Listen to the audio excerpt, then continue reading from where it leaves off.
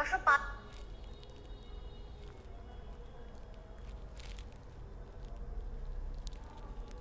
জন শীর্ষ অপরাধী।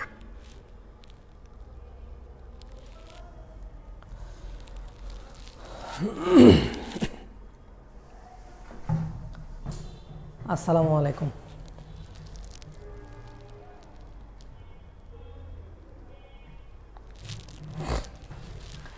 সাউন্ড ঠিক আছে কি? সাউন্ড ঠিক আছে কি? সাউন্ড ঠিক আছে কি?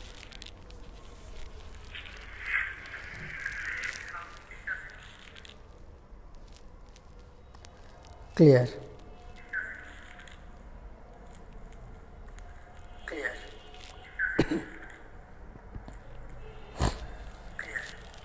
সামিত, তুমি আছো ক্লাসে? সামিত, তুমি আছো ক্লাসে?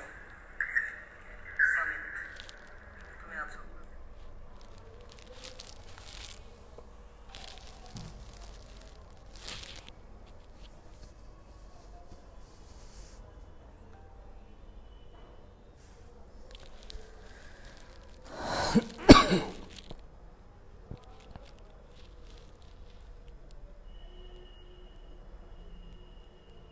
Tasnia Tabassum from Rajshahi College.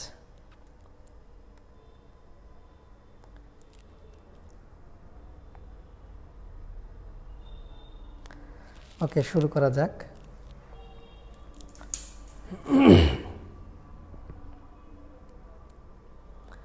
আমি দেখলাম গ্রুপে সম্ভবত মেম্বার কত 12K প্লাস,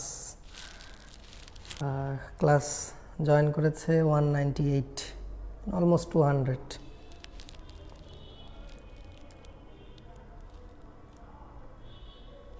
এটা কি বাড়বে নাকি আরো কমবে? দেশের বিভিন্ন প্রান্ত থেকে সকল জেলার লোকজনই আছে, এটা আমি জানি। তো থ্যাংক ইউ। প্রথমে কৃতজ্ঞতা জানাই আমার স্নেহধন্য চিন্ময়কে, আমাকে 10 মিনিট স্কুলের মতো এত বড় একটা প্ল্যাটফর্মে আমন্ত্রণ জানানোর জন্য। আমি খুবই নগণ্য একজন মানুষ। আসলে এই প্ল্যাটফর্মটাতে বায়োলজি কোর্সে ইতিপূর্বে যারা ক্লাস নিয়েছেন তাদের প্রতি কৃতজ্ঞতা জানাই, তাদের প্রতিও সম্মান জানাই। তারা আসলে একজন অনেক ভালো মানের শিক্ষক। তো তারা অলরেডি তোমাদের মনের মধ্যে একটা অবস্থান ক্রিয়েট করে নিয়েছে। তো সেই জায়গায় নতুন একটা মানুষকে আসলে এন্ট্রি নেওয়াটা আমার জন্য একটু চ্যালেঞ্জিংই বটে। তবে আমি চেষ্টা করব ওনারা তোমাদেরকে যে সার্ভিসটুকু দিয়েছে বা যেভাবে ক্লাসগুলো নিয়েছে, যে মানটা তোমাদেরকে দিয়েছে সে মানের কাছাকাছি হলেও একটু নেওয়ার চেষ্টা করব আর কি। অপারের সাথে আমার কখনো দেখা হয় নাই, কথাও হয় নাই, তবে আমি যতটুকু দেখি ওদেরকে, ওদের মতো হাম্বল মানুষ খুবই কমই হয়, আন্তরিক মানুষ খুবই কমই হয়। ওরা খুব ডেডিকেটেডলি তোমাদের জন্য, ওরা চায় তোমাদের জন্য ভালো কিছু করতে। তো এ কারণে মন থেকেই ওদের জন্য খুব ভালোবাসা, দোয়া। আমাকে দেখে খুব ছোটোখাটো মনে হলেও বয়স আমার খুব কম না। আমি 2012 সালে রাজশাহী মেডিকেল কলেজ থেকে পাশ করেছি। হ্যাঁ, তো দোয়া করো যেন তোমাদের এই ক্র্যাশ কোর্সে আমাকে যে কটা অধ্যায় নিতে বলেছে আমি সে কটা অধ্যায় ভালোভাবে তোমাদেরকে নিয়ে দিতে পারি। এবং হয়তো তোমাদের এর আগে যারা ক্লাস নিয়েছেন সে সকল সম্মানিত টিচারদের লেভেলে না হলেও কিছুটা হয়তো তোমাদের মানসিক শান্তি আসবে। এবং আশা করি তোমরা বায়োলজি ক্লাসটা রেগুলারলি করবে। আর যদি এমনটা হয় যে তোমাদের একেবারেই পছন্দ হচ্ছে না, তাহলে আমি নিজ দায়িত্বেই ইস্তফা দিয়ে দিব। কোনো ভয় পাওয়ার কিছু নাই। আসো আমরা সবাই মিলে শুরু করি, আল্লাহ ভরসা।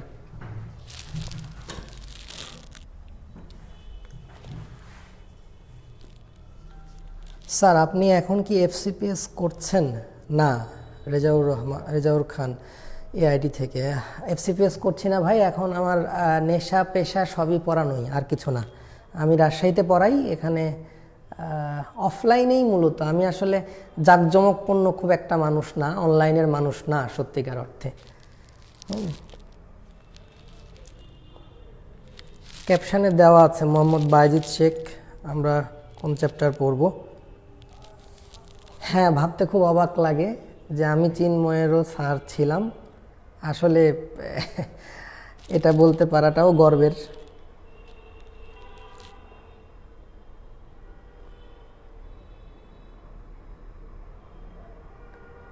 স্যার আপনার অ্যাড্রেস দেন প্লিজ। আচ্ছা, অ্যাড্রেস কিছু না, বললাম তো রাজশাহী নগর ভবনের পাশেই আমার পড়ানোর জায়গা, আমার একটা প্রতিষ্ঠান আছে অবশ্য।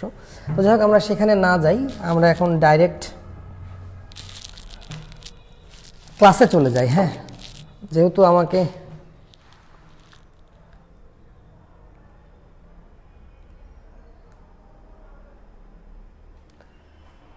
আসলে অনলাইনে এই সিস্টেমটাকে বাংলাদেশের সমস্ত স্টুডেন্টদের মাঝে বিস্তার ঘটাইতে যে দু এক আধজন মানুষ আপ্রাণ পরিশ্রম করেছে শুরু থেকে, তাদের মধ্যে তোমাদের অপার ভাই, চিন্ময় ভাই, হ্যাঁ, 10 মিনিট স্কুলের পুরো টিম, এরা আসলে ডেফিনেটলি অগ্রগামী, এটা নিয়ে তো কোনো ডাউট নাই। আর ইতিপূর্বে এই কোর্সে তোমাদের বায়োলজি ক্লাস যারা নিয়েছে তারাও তো ডেফিনেটলি অনলাইনে এক একজন জনপ্রিয় টিচার। তো এই কারণে আমি একটু ভয়ও পাচ্ছি যে আসলে তাদের মতো করে হয়তো তাদের লেভেলে একটু ক্লাস নিতে পারবো কিনা। তো আসো শুরু করা যাক। হ্যাঁ, আমরা তোমাদেরকে পড়াবো হচ্ছে সেকেন্ড পেপার। হ্যাঁ, সেকেন্ড পেপারের ক্লাস নিতে বলেছে আমাকে, কেন জানি, হয়তো মনে করেছে আমি ডাক্তার মানুষ, সেকেন্ড পেপার হয়তো একটু ভালো পড়াবো, কেন জানি এটা একটা মানুষের ধারণা যে আমরা মনে হয় ফার্স্ট পেপার পড়াইতে পারি না নাকি। আমি খুব খুশি হইতাম যদি আমাকে একটু ফার্স্ট পেপারের কোনো চ্যাপ্টার দিত। তো যাই হোক, আমি সেকেন্ড পেপার দিয়েছে, আমরা সেকেন্ড পেপারের চ্যাপ্টার 3 এই চ্যাপ্টারটা দিয়ে শুরু করছি। প্রতি রবি, মঙ্গল, বৃহস্পতি সন্ধ্যা 7:45 এই সময় ইনশাল্লাহ আমি ক্লাস নিব। হ্যাঁ, দেশের বিভিন্ন প্রান্ত থেকে বিভিন্ন জন ক্লাস করছে, সবাই লাভ রিয়াক্ট দিচ্ছে। তো সবার জন্য আমার তরফ থেকে আমি সবাইকে একটু ভালোবাসা দিয়ে নিই, আমি নিজেও একটু লাভ রিয়াক্ট করে নিই। লাভ লাভ লাভ লাভ লাভ, সবাইকে একটু লাভ দিয়ে নিচ্ছি। লাভ লাভ কেয়ার, সবাইকে একটু ভালোবাসা দিয়ে নিই। দিয়ে নিলাম, ঠিক আছে ঠিক আছে ঠিক আছে, যাও, সবার জন্য ভালোবাসা থাকলো। এখন বাকিটা ক্লাসের উপর নির্ভর করছে, ক্লাস যদি ভালো হয় আর কি। এই 3 নাম্বার চ্যাপ্টারটা একটা খুব সুন্দর চ্যাপ্টার, এটাকে যদি তুমি একটু গুছিয়ে পড়তে পারো তাহলে খুবই মজার একটা চ্যাপ্টার। চ্যাপ্টারটার নাম সকলেই জানো, পরিপাক এবং শোষণ। তো এখন এই চ্যাপ্টারটার আমি কোন জায়গা থেকে শুরু করব তোমাদেরকে একটু বলে নিই। সেটা হচ্ছে যে এইখানে অনেকগুলো টপিক আছে, যেমন ধরো একটা টপিক আছে হচ্ছে পরিপাক নালী।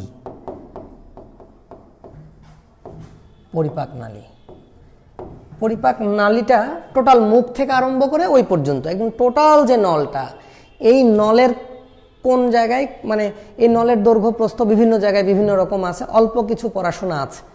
এই পরিপাক নালী পড়ার সময় তোমাকে যেটা পড়তে হবে, আরও বিভিন্ন পরিপাক গ্রন্থিগুলা পড়তে হবে, পরিপাক রিলেটেড গ্রন্থিগুলা পড়তে হবে খুব ডিটেইলে। এরপরে আসবে হচ্ছে পরিপাক, আর এর সাথে পড়তে হবে হচ্ছে শোষণ, আর এর সাথে পড়তে হবে হচ্ছে হরমোনের ভূমিকা। পরিপাকে হরমোনের ভূমিকা,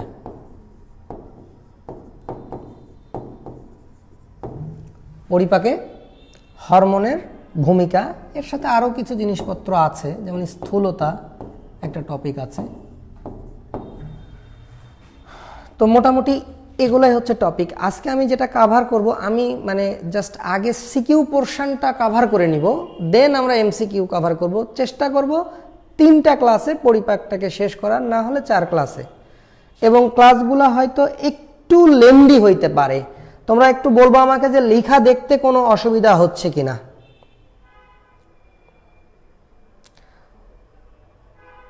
নগর ভবনের কোন পাশে আমার অফিস? আমার অফিস উদ্ভাস কোচিংয়ের নিচে 2 তলাতে।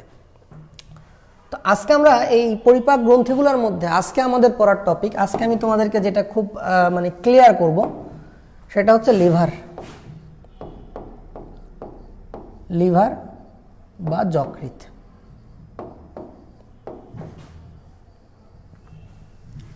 ঠিক আছে, লিভার বা যকৃৎ।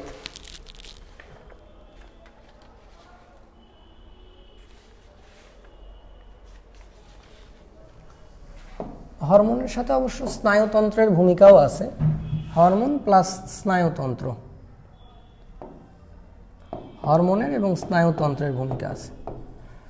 আমরা এগুলো ডিটেল পড়বো একটু, ঠিক আছে? তো একটা একটা করে শুরু করি। আমি প্রথমেই পরিপাক নালী দিয়ে শুরু করতেছি না, কারণ ওখানে দৈর্ঘ্য প্রস্থ এই সেই লিখতে গেলে অনেক বেশি মুখস্থ জিনিসপত্র হয়ে যাবে, মন খারাপ হয়ে যাবে। আমি আগে কনসেপচুয়াল জিনিস পড়াই, তাহলে এটা তোমরা রিসিভ করতে সুবিধা হবে, আমার ইন্ট্রোটাও একটু তোমাদের কাছে হয়তো গ্রহণযোগ্য হবে, আদারওয়াইজ একটু মন খারাপ হতে পারে। তাহলে আমরা লিভার দিয়ে শুরু করতেছি। হ্যাঁ, লিভার থেকে ফার্স্ট যেটা পড়তে হবে, লিভারের এমসিকিউ, লিভারের ওজনটা পরীক্ষায় আসে। হ্যাঁ, আগে আমরা পড়তাম 1.5 থেকে 2 কেজি, লিভারের ওজনটা আগে আমরা পড়তাম 1.5 থেকে 2 কেজি। বর্তমান এডিশনে, লাস্ট এডিশনটাকে সবসময় প্রায়োরিটি দিতে হবে। তো বর্তমান এডিশনে এই ওজনটা আছে এরকম, দেখো 1.2, 1.4, 1.8, মনে রাখা সোজা, 2 × 4, 4 × 8, সাথে একটা করে 1 আছে, 1.2, 1.4, 1.8। ফিমেল মহিলাদের লিভার মানে জানো তো কলজা, তোমরা আমার কি কলজার টুকরা। তাহলে এই যে লিভার 1.2 থেকে 1.4 কেজি ফিমেলদের, আর মেলদের বলতেছে একটু ওজন বেশি, মেলদের কলজা বড়, 1.4 থেকে 1.8। ঠিক আছে, এটা বর্তমান বইয়ের তথ্য। এবং আরো বলা আছে সদ্য ভূমিষ্ঠ শিশুর 150 গ্রাম। হ্যাঁ, একেবারে সদ্য ভূমিষ্ঠ যারা, তাদের ওজন হচ্ছে 150 গ্রাম। সদ্য ভূমিষ্ঠ একটা শিশুর 150 গ্রাম ওজন। আমার একটু মূল ক্লাসে ঢুকতে একটু সময় লাগবে। হ্যাঁ, জাস্ট অল্প কিছু ইনফরমেশন দিয়ে নিই, এগুলো পরীক্ষায় আসে। অনেক বেশি কনসেপশন যদি পড়ি, কিন্তু দেখা যাচ্ছে ছোটোখাটো কিছু ইনফরমেশন মিস করে গেলাম, দেখা যাচ্ছে ওগুলোই পরীক্ষায় আসে, বিশেষ করে মেডিকেল ভর্তি পরীক্ষা বা পরবর্তীতে তোমাদের লাগবে একাডেমিক পরবর্তী। তাহলে এটা একটা গেল, ওজনটা পড়বা। আর আমাদের দেহের যে টোটাল ওজন, এই দেহের ওজনের 3 থেকে 5% হচ্ছে লিভারের ওজন। আমাদের টোটাল যা বডি ওয়েট তার 3 to 5% হচ্ছে লিভার। শেষ, এইটা কিন্তু পরীক্ষায় আসে। নাম্বার 3 ইনফরমেশন হচ্ছে এটার আবরণ, লিভারের আবরণের নাম হচ্ছে গ্লিসন্স ক্যাপসুল।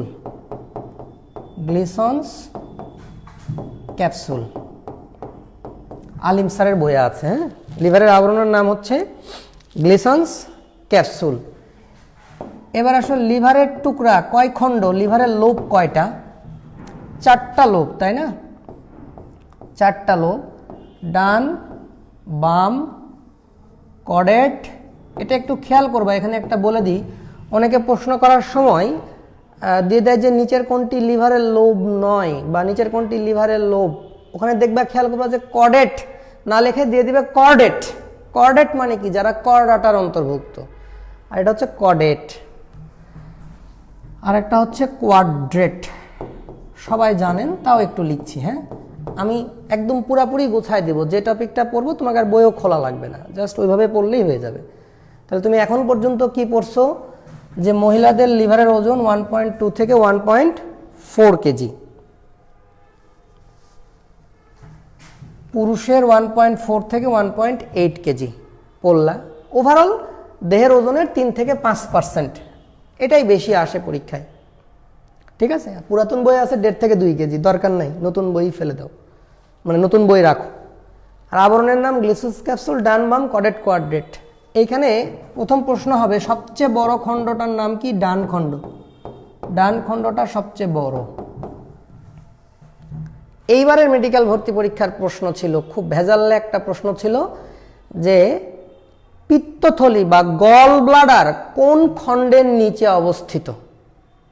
দেখো, আমি যদি দাগাই, আমি যদি একটু খণ্ড নিয়ে একটু ভেজালটা তোমাদের মেরে দিই, ধরো এটা লিভার, সাপোজ এটা লিভার, একটা লিগামেন্ট দিয়ে, একটা লিগামেন্ট, ধরো এটা একটা লিগামেন্ট, সাপোজ ধরো এটা একটা লিগামেন্ট, এই লিগামেন্ট দিয়ে এটাকে দুইটা খণ্ডে ভাগ করা হয়। যদি তুমি উপর থেকে দেখো, মনে করো আমার কলজাটা তুমি দেখতেছো, তাহলে তুমি এরকম দেখতে পাবা। এর পিছনে আমাকে চিন্তা করো, আমি এভাবে দাঁড়ায় আছি, তাহলে তুমি আমার কলজাটা দেখতে পাচ্ছ। তাহলে এটা হচ্ছে ডান খণ্ড, এটা হচ্ছে বাম খণ্ড। এই ডান খণ্ডের নিচেই কি থাকে? এখানে গল ব্লাডার থাকে। সো পরীক্ষায় যদি আসে, আজমল স্যারের বইয়ে এটা দেওয়া আছে যে ডান খণ্ডের নিচে গল ব্লাডার অবস্থিত। তবে যেমন মাজেদা ম্যাডামের বইয়ে অনুপম চমক, যেটা কাজল ব্রাদার্স, এই কাজল ব্রাদার্সের বইয়ে ওখানে লেখা আছে যে কোয়াড্রেট লোবের সাথে যুক্ত। শোনো, এই ডান খণ্ডটাই অঙ্কীয় দেশে কডেট এবং কোয়াড্রেটে বিভক্ত। সুতরাং 99% ক্ষেত্রে আজমল স্যারের বই থেকেই যেহেতু কোশ্চিন হবে, তোমরা এটার উত্তর ডান খণ্ডের নিচেই দিও।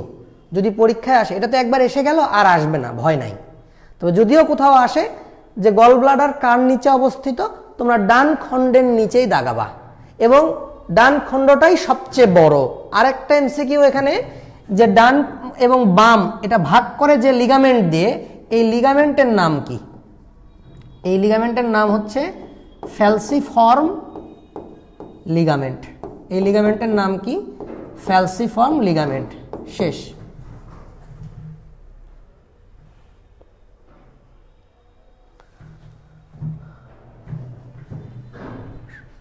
ঠিক আছে, ক্লিয়ার? তাহলে এই কয়টা জিনিস পরীক্ষায় আসবে। তাহলে এটা দিয়ে পড়া শুরু করবা। লিভারের এমসিকিউ, যে লিভারের ফ্যালসিফর্ম লিগামেন্ট লিভারকে ডান এবং বাম খণ্ডে বিভক্ত করে। এই ফ্যালসিফর্ম লিগামেন্টের নাম পড়বা। ডান বাম কডেট কোয়াড্রেট, চারটা লোবের মধ্যে কোনটা বড়? ডান লোবটা সবচেয়ে বড়। এবং গল ব্লাডার কোন লোবের নিচে আছে? গল ব্লাডার কোন লোবের নিচে? ঠিক ডান খণ্ডের নিচে অবস্থিত। এবারই মেডিকেল ভর্তি পরীক্ষায় আসছে। এবং আমি বলে দিলাম যেটা নিয়ে কনফিউশন আছে, এটা কিন্তু মাজেদা ম্যাডামের বইয়ে কি আছে, যে এটা কোয়াড্রেট লোবের সাথে যুক্ত। কেউ এভাবে সলিউশন দিচ্ছে, দেখলাম বিভিন্ন জায়গায়, বিভিন্ন প্ল্যাটফর্মে, যে গল ব্লাডার যদি আসে যে কোন লোবের নিচে, তাহলে দিও ডান লোবের নিচে। আর যদি বলে কোন লোবের সাথে যুক্ত, তাহলে দিও কোয়াড্রেট লোব। এত ভাষাগত জটিলতার দরকার নাই ভাই, বাংলা কথা শোনো। তোমরা দিবা ডান লোবের নিচে। শেষ, ডান লোবের নিচে। আবরণের নাম গ্লিসন্স ক্যাপসুল। ওকে, ফাইন। এবার আসো যে লিভারকে তিনটা কথা পড়তে হবে তোমাদেরকে। একটা হচ্ছে যে লিভারকে সঞ্চয় ঘর বলা হয় কেন। এবার 5 নাম্বার কথা বলতেছি। লিভারকে সঞ্চয় ঘর বলা হয় কেন? সঞ্চয় ঘর বলা হয় কেন? ঠিক আছে, কি নামে ডাকা হয়? দেখো, লিভারকে কি নামে ডাকা হয়? সঞ্চয় ঘর বলা হয় কেন? 6 নাম্বার, লিভারকে আর কি নামে ডাকা হয়? সঞ্চয় ঘর ডাকা হয়, আর ডাকা হয় রাসায়নিক গবেষণাগার নামে। রাসায়নিক, আচ্ছা লিখা মনে হয় একটু ঝামেলা হচ্ছে কি নাকি? দেখা যাচ্ছে কি? লেখা কি স্পষ্ট দেখা যাচ্ছে?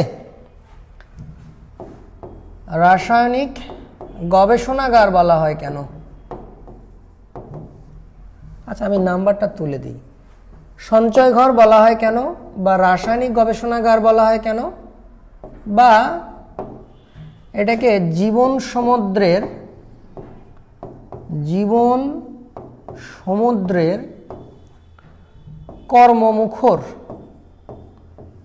কর্মমুখর পোতাশ্রয় বলা হয় কেন? আমার এই কালিটা কি চয়েস ঠিক আছে? কালিটা কি দেখতে অসুবিধা হচ্ছে তোমাদের? না, ঠিক আছে, ওকে, থ্যাংক ইউ। কোনো প্রবলেম হলে জানাও। ইয়েলো কালারে ক্লিয়ার মনে হয় দেখা যাবে না ভাইয়া। ইয়েলো কালার খুব সম্ভবত ওই সাদা হয়ে যাবে।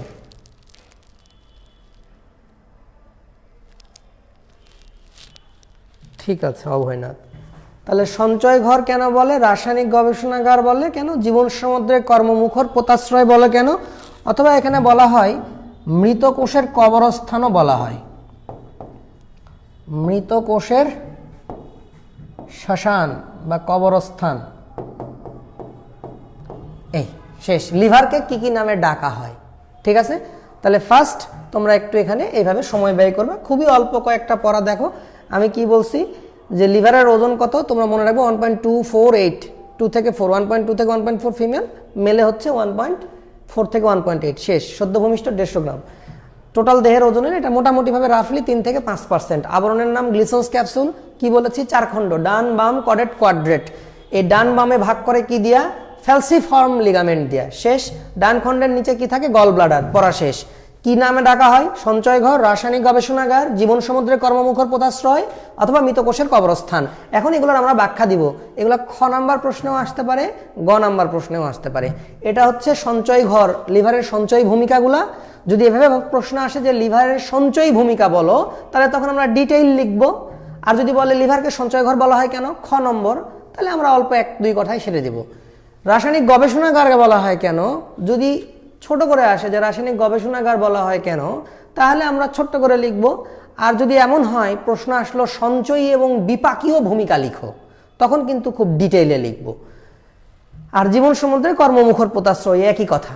তো যাই হোক, আমরা তাহলে ছোট্ট করে আগে ব্যাখ্যাটা দিয়ে নিই যে লিভার কি কি সঞ্চয় করে। আপনারা সকলেই জানেন যে লিভার সব কিছু সঞ্চয় করে। আমরা যদি সিরিয়ালি বলার চেষ্টা করি, লিভার দেখেন, যদি একদম খুবই সিরিয়ালি বলার চেষ্টা করি, শর্করা সঞ্চয় করে, তাই তো? আমরা এগুলো ডিটেলে যাব, খুবই ডিটেলে যাব, একদম বিগ ডিটেলে যাব, মানে লিভারের একদম বিগ ডিটেলে যাব। হ্যাঁ, এখন আপনারা পছন্দ করবেন কিনা সেটার উপর নির্ভর করছে। শর্করা কোনো সময় যদি খারাপ লাগে আমাকে একটু কাইন্ডলি জানাবেন, আমি একটু পরপর। আচ্ছা, দেখতে মনে হচ্ছে একটু অসুবিধা হচ্ছে, ঠিক আছে, আমরা একটু অন্য কালারের পেনই ইউজ করছি। দেখেন তো এটা দেখা যায় কিনা। এটা কি স্পষ্ট? দেখেন তো এই গ্রিন কালারটা কি স্পষ্ট?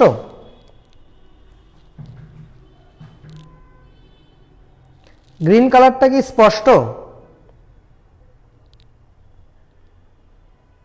আমার মনে হয় স্পষ্ট হবে গ্রিন কালারটা। হ্যাঁ, ঠিক আছে। তাহলে শর্করা, আমিষ, স্নেহ, আমরা খাবারের মধ্যে কি খাই? এই কটা খাবার খাই না?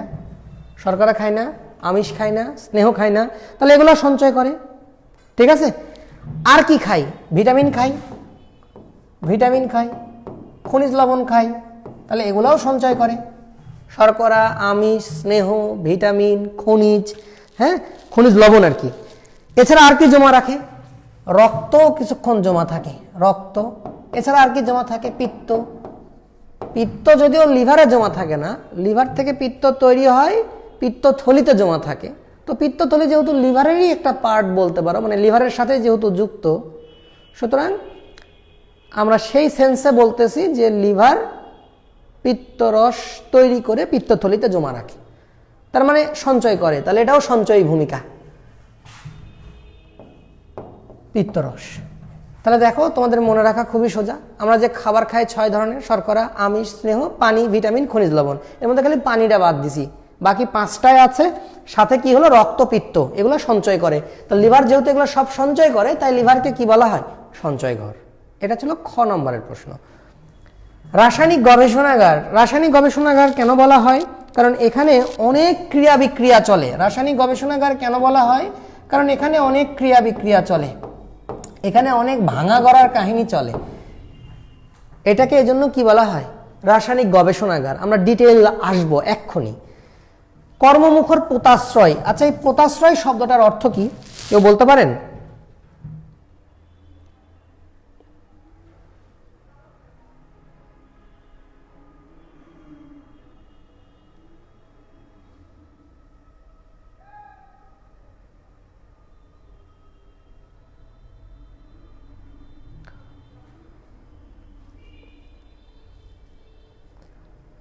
পোতাশ্রয় জিনিসটা কি? এটা হচ্ছে যে সমুদ্র বা নদী তীরবর্তী যে এলাকা আর কি, হ্যাঁ, সমুদ্র বা নদী তীরবর্তী যে জলবেষ্টিত এলাকাটা থাকে, ধরো সমুদ্র বা নদীর ধারে যে জলবেষ্টিত এলাকাটা থাকে, যেখানে জাহাজ এসে মাল টাল কি করে, ওখানে আনলোড করে, মাল লোড করে, যেখানে লোড আনলোডের ব্যাপার থাকে, এরকম একটা জলাশয় যেটা কিনা সমুদ্র বা নদীর তীরের কাছাকাছি থাকে, সেটাকে বলা হয় পোতাশ্রয়। এবং এটা খুবই বিজি এরিয়া, কর্মমুখর এরিয়া। তাহলে আমাদের পুরা যদি আমাদের জীবনটা চিন্তা করো, জীবনটাকে যদি সমুদ্র চিন্তা করো, তাহলে আমাদের এই জীবন সমুদ্রের, আমাদের এই বডির লিভারটা হচ্ছে পোতাশ্রয়। এখানে মালামাল লোড হবে, আনলোড হবে, আমরা তোমাদেরকে দেখাবো। তাহলে একে কি বলা হয়? জীবন সমুদ্রের কর্মমুখর পোতাশ্রয়। খুব ডিটেইলে আমরা দেখাবো যে জীবন সমুদ্রের এটাকে কি বলা হয়? পোতাশ্রয়। তাহলে পোতাশ্রয় মানে কি বললাম? পোতাশ্রয় মানে বললাম সমুদ্র বা নদী তীরবর্তী জলাশয়। জলাশয় যেখানে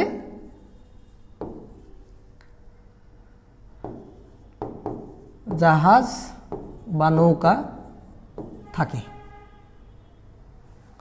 যেখানে জাহাজ বা নৌকা ভিড় করে আর কি, হ্যাঁ, সেই জায়গাটা। তাহলে এটার নাম হচ্ছে পোতাশ্রয়। ঠিক আছে? মৃত কোষের কবরস্থান বলা হয়। একটা কোষ যখন মারা যায়, ধরো একটা আরবিসি মারা গেল, তাহলে ওই আরবিসি মারা গেলে কি হয়? হিমোগ্লোবিন হয়। তো এখানে কি হয়? লিভারের মধ্যে কাপ্ফার সেল আছে, জানো তো, ম্যাক্রোফেজ, বড় খাদক। ও কি করে? হিমোগ্লোবিনকে ভেঙে হিম আর গ্লোবিন করে ফেলে। তো মৃত সেলগুলা এসে এখানে কি হচ্ছে? কবর দেওয়া হচ্ছে বলতে পারো। সেই অর্থে এটা মৃত কোষের কবরস্থান। তো যাই হোক, অনেকে হয়তো মৃত কোষের কবরস্থান কথাটা নতুন শুনলা, এই কথা আগেই শুনেছ। সঞ্চয় ঘর কেন, রাসায়নিক কেন, জীবন সমুদ্রে কর্মমুখর পোতাশ্রয় কেন। এবার আসো ডিটেইলে। পরীক্ষায় আসবে যে লিভারের সঞ্চয়ী ভূমিকা এবং বিপাকীয় ভূমিকা। লিভারের সঞ্চয়ী ভূমিকা এবং বিপাকীয় ভূমিকা। লিভারের সঞ্চয়ী ভূমিকা। তো আমরা ফার্স্টে পড়তেছি সঞ্চয়ী ভূমিকা। লিভারের সঞ্চয়ী ভূমিকা, ঠিক আছে? আমরা কিন্তু আস্তে আস্তে ডিটেলে যাচ্ছি, এখনই একবারে ডিটেলে যাচ্ছি না। আমরা একটু বইয়ের মতো করে লিখে দিই, বইয়ের সাথে মিল পাবেন। তারপরে দেখবেন আমি অনেক কথা বলবো যেগুলো আপনারা হয়তো একটু নতুনভাবে পাবেন। তাহলে প্রথমে আসেন সঞ্চয়ী ভূমিকা, প্রথমে আসেন শর্করা সঞ্চয়। তাহলে একটু ডিটেলে পড়তে হবে এখন। শর্করা সঞ্চয় করে, তাই না? প্রথম আপনারা পড়েছিলেন শর্করা। শোনেন, আপনারা কখনো চালের গুদামে গেছেন কিনা? যেগুলা গোডাউন থাকে সেখানে কি করে? চালের বস্তা। তো চালের বস্তা কি করে? চালের বস্তা একজন শ্রমিক কি করে? একটা চালের বস্তার উপরে আরেকটা বস্তা, আরেকটা বস্তা, আরেকটা বস্তা রাখে না? তাহলে এইভাবে চালের বস্তার উপরে, একটার বস্তার উপরে আরেকটা বস্তা রাখতে রাখতে কি করে? পুরো একটা উঁচু একটা কি হয়ে যায়? চালের বস্তার একটা লাইন হয়ে যায় না? তো ঠিক একইভাবে লিভারের মধ্যে শ্রমিকের নাম হচ্ছে ইনসুলিন। এই ইনসুলিন কি করে? গ্লুকোজকে সাজায়, একটার উপর আরেকটা সাজিয়ে সাজিয়ে গ্লুকোজের একটা কি করে? একটা সারি বানায়। তাহলে যখন গ্লুকোজ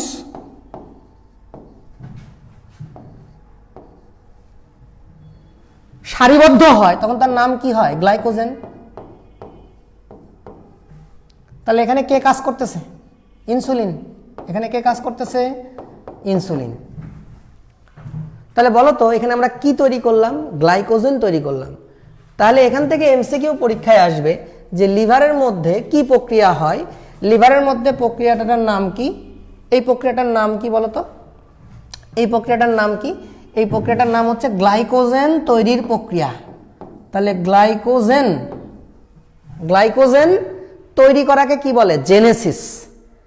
তো গ্লাইকোজেনের শেষে জেন আছে, জেনেসিসের শুরুতে জেন আছে। তো জেনেসিসের জেনটাকে ফেলে দিলাম, খালি সিস লাগায় দিলাম। সরি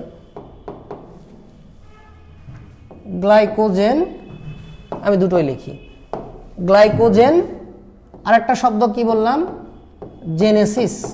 তাহলে দেখেন, গ্লাইকোজেন তৈরি করা, জেনেসিস মানে তৈরি করা। তাহলে আপনি যদি গ্লাইকোজেনের জেনটা ফেলে দেন, গ্লাইকোজেনের জেনটা যদি ফেলে দেন, দিয়ে যদি এটাকে জোড়া লাগিয়ে দেন, তাহলে কি দাঁড়ায় বিষয়টা? গ্লাইকোজেনেসিস। কি দাঁড়ায়? গ্লাইকোজেনেসিস। তাহলে খুব সহজ, গ্লাইকোজেন তৈরি করাকে আমরা কি বলবো? গ্লাইকোজেনেসিস। গ্লাইকোজেন তৈরি করাকে আমরা কি বলবো? গ্লাইকোজেনেসিস। তাহলে লিভার গ্লুকোজকে জমা রাখে, লিভার গ্লুকোজকে জমা রাখে কি হিসাবে জমা রাখে? গ্লাইকোজেন হিসাবে জমা রাখে। তাহলে লিভার গ্লুকোজকে জমা রাখে কি হিসাবে? গ্লাইকোজেন হিসাবে জমা রাখে। তাহলে এই প্রক্রিয়াটাকে বলা হচ্ছে গ্লাইকোজেনেসিস। তাহলে গ্লাইকোজেন তৈরির প্রক্রিয়া। ভাইয়া গ্লুকোজ আর কোথায় জমা থাকে? কেউ আমাকে একটু কমেন্টে জানাও তো। কলজা ছাড়া, তোমার এই লিভার ছাড়া গ্লুকোজ আর কোথায় জমা থাকে?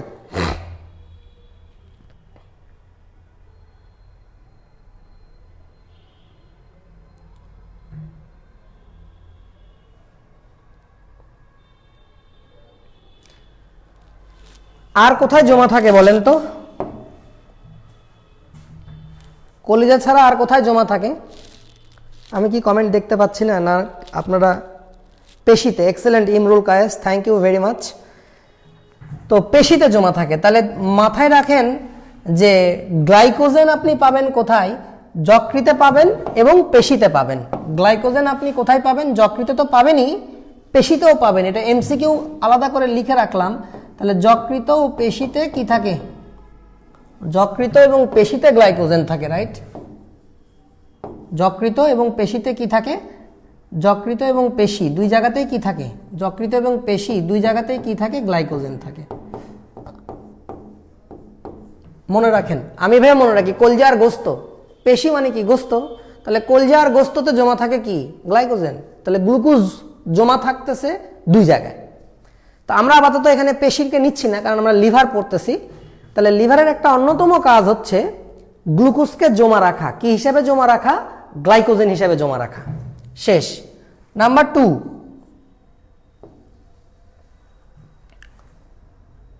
আমিষ আর স্নেহ। দেখেন লিভার প্রচুর পরিমাণে অ্যামাইনো অ্যাসিড জমা রাখে। মানে আসলে কি হয় জানেন? আমরা যে ভাতগুলো খাই, রুটিগুলো খাই, বিস্কিট খাই, তারপরে আলু খাই, এই যে শর্করা যেগুলো খাই সেগুলো মুখের মধ্যে দিয়ে চলে আসলো পেটের মধ্যে, এসে ভেঙে কি হয়? গ্লুকোজ হয়। এই পুরা খাবারটা কোথায় চলে আসে? লিভারে। লিভারে এসে কি হিসেবে জমা থাকে? গ্লাইকোজেন হিসেবে। তাহলে খাইলা কি? বহু শর্করা। হইল কি? গ্লুকোজ এক শর্করা। সেই গ্লুকোজটা চলে আসলো লিভারে, এসে আবার কি হবে? লিভারে সে গ্লাইকোজেন হবে, বহু শর্করা হবে। তার মানে খাওয়া কি? বহু শর্করা, হবে কি? এক শর্করা। ওটা আবার লিভারে আসবে, এসে আবার কিসে পরিণত হবে? বহু শর্করায় পরিণত হবে। খাইলাই স্টার্চ, ভাত, রুটি, আলু, হইল কি? গ্লুকোজ। গ্লুকোজটা আবার লিভারে আসলো, এসে কি হিসাবে জমা থাকবে? গ্লাইকোজেন। ক্লিয়ার? ধরো তুমি খাইলা গোস্ত, সিমের বিচি, ডাল, তাহলে এগুলোর মধ্যে কি আছে? মানে প্রোটিন। তাহলে প্রোটিন ভেঙে কি হবে? Amino acid. তাহলে সেই অ্যামাইনো অ্যাসিডগুলো কোথায় আসবে? লিভারে। তাহলে লিভার এই অ্যামাইনো অ্যাসিডকে জমা করে। তাহলে লিভার কি করে? অ্যামাইনো অ্যাসিড সঞ্চয় করে। লিভার কি করে? অ্যামাইনো অ্যাসিড জমা রাখে। আচ্ছা ধরেন এমন হলো, ধরেন আপনি ভাত খাচ্ছেন, ঠিক আছে? তাহলে ভাত খাওয়ার পরে কি হলো? গ্লুকোজ হলো। এই গ্লুকোজটা তো লিভারে আসলো, এসে তো গ্লাইকোজেন হিসাবে জমা থাকবে, রাইট? এখন ধরেন গোডাউনের জায়গা শেষ, এরপরেও আপনি ঠেলে ঠেলে গ্লুকোজ গোডাউনে পাঠায় দিচ্ছেন, ঠেলে ঠেলে গ্লুকোজকে গোডাউনে পাঠায় দিচ্ছেন। তাহলে অতিরিক্ত গ্লুকোজের জন্য তো জায়গা নাই, গ্লাইকোজেন হিসেবে রাখা যাচ্ছে না। তখন গ্লুকোজকে সে কি করবে? ট্রাইগ্লিসারাইডে পরিণত করবে। গ্লুকোজকে সে কি করবে? ট্রাইগ্লিসারাইডে পরিণত করবে। ঠিক আছে? তাহলে অতিরিক্ত গ্লুকোজ আমরা লিখতে পারি, অতিরিক্ত গ্লুকোজ কি হিসেবে জমা থাকবে ভাইয়া? ট্রাইগ্লিসারাইড। ট্রাইগ্লিসারাইড হিসাবে জমা থাকবে। অতিরিক্ত গ্লুকোজ কি হিসাবে জমা থাকবে? ট্রাইগ্লিসারাইড হিসাবে জমা থাকে লিভারে। তাহলে আমরা তোমাদেরকে বলেছি লিভার দুটা জিনিস সঞ্চয় করতে, আমিষও সঞ্চয় করে, স্নেহ সঞ্চয় করে। আমিষের কথা তো আমরা বলেই দিলাম যে আমিষটাকে সে আসলে সঞ্চয় করে বলতে অ্যামাইনো অ্যাসিড সঞ্চয় করে, ঠিক আছে? আর স্নেহ সঞ্চয় করে, স্নেহ বলতে ট্রাইগ্লিসারাইড। আসলে সে কি করছে? অতিরিক্ত গ্লুকোজটাকে ট্রাইগ্লিসারাইড বানাইছে, এই ট্রাইগ্লিসারাইডটাকে সে জমা রাখতেছে। তা ট্রাইগ্লিসারাইড জমা রাখা মানে কি? স্নেহ জমা রাখা। তাহলে এই কথাটাই বলা হয়েছে যে অতিরিক্ত গ্লুকোজ ট্রাইগ্লিসারাইড হিসাবে জমা থাকে। শেষ। নাম্বার 3, নাম্বার 3, আমার মনে হয় এগুলা কালির থেকে সবুজ কালি ভালো লাগছে। তোমরা কি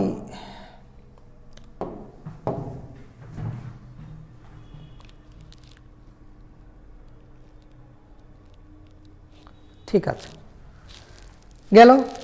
নাম্বার 3, ভিটামিন সঞ্চয় করে, ভিটামিন সঞ্চয় করে। তাহলে শর্করা গেল, আমিষ গেল, স্নেহ গেল। এবারে খাবারের বাকিগুলা কি থাকে? পানি, ভিটামিন, খনিজ লবণ। তো পানি তো বাদ, তাহলে ভিটামিন আসলো।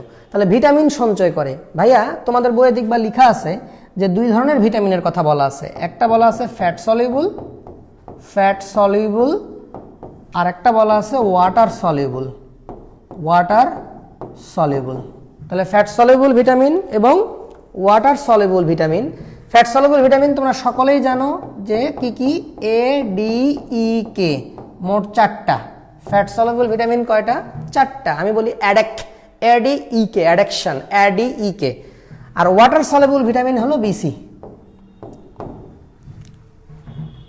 আসলে বি বলে তো কিছু নাই, মানে বি কমপ্লেক্স আর কি। আসলে এর মধ্যে অনেকগুলো আছে, মোট 8টা আছে। তার মধ্যে তোমাদের বইয়ে এই বি এর মধ্যে স্পেশালি দুটার নাম লিখছে। একটার নাম হচ্ছে B9, আর একটার নাম হচ্ছে তোমার ওটা হচ্ছে কত, B7, সরি B12। একটা হলো B9 আর একটা হচ্ছে B12। এই দুটার নাম স্পেশালি লিখছে। তো B9 এর নাম কি? Folic acid. B9 এর নাম কি? Folic acid. আমি বানানে খুবই দক্ষ, হ্যাঁ, আমার বানানের উপরে তোমরা ভরসা কম করবা। বানানের ভুল ত্রুটি তোমরা একটু ক্ষমা সুন্দর দৃষ্টিতে দেখিও, হ্যাঁ। B9 কে বলা হয় ফলিক অ্যাসিড, আর B12 কে বলা হয় সায়ানোকোবালামিন, সায়ানোকোবালামিন,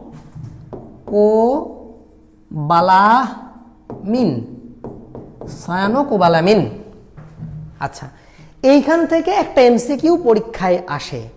তোমাদেরকে আমি একটু বলি যে কেন এখানে অন্যান্য ভিটামিনগুলোর নাম নিল না বি এর, B9 আর B12 এর নাম কেন নিল? ভিটামিন বি কমপ্লেক্সের মধ্যে শুধু B9 B12 এর নাম আজমল স্যারের বইয়ে দেওয়া কেন? তার পরের লাইনেই একটা লাইন লেখা আছে, দেখবা যে এই B9 এবং B12 রক্তকণিকা তৈরির জন্য লাগে। এদের অভাবে একটা স্পেশাল অ্যানিমিয়া হয়, যেটাকে বলা হয় মেগালোব্লাস্টিক অ্যানিমিয়া। তো যাই হোক, অত ডিটেলে তোমাদের দরকার নেই, তোমরা খালি বোঝো রক্তকণিকা তৈরিতে এটা লাগে, আরবিসি তৈরিতে এগুলো লাগে। B9 B12 এদের অভাব হলে রক্ত শূন্যতা হয়, অ্যানিমিয়া হয়। এই জন্য স্পেশালি এই দুটা ভিটামিনের কথা লিখছে যে এইগুলা লিভার সঞ্চয় করে, ফলে তোমার কখনো রক্ত শূন্যতা হচ্ছে না। লিভারের ঝামেলা হলে তোমার রক্ত শূন্যতা হইতে পারে। তো যাই হোক, তাহলে ভিটামিন সঞ্চয় করে, ভিটামিন বি সি। তোমরা তাহলে এভাবে খালি পড়বা যে fat soluble vitamin, water soluble. Fat soluble কি? এডিইকে, আর ওয়াটার সলিউবল কি? বিসি। এই বি এর মধ্যে স্পেশালি দুইটা নাম তোমাদের বইয়ে দিয়েছে। একটা B9 যেটার নাম দিয়েছে ফলিক অ্যাসিড, আর হলো B12 যেটার নাম হচ্ছে সায়ানোকোবালামিন। ক্লিয়ার?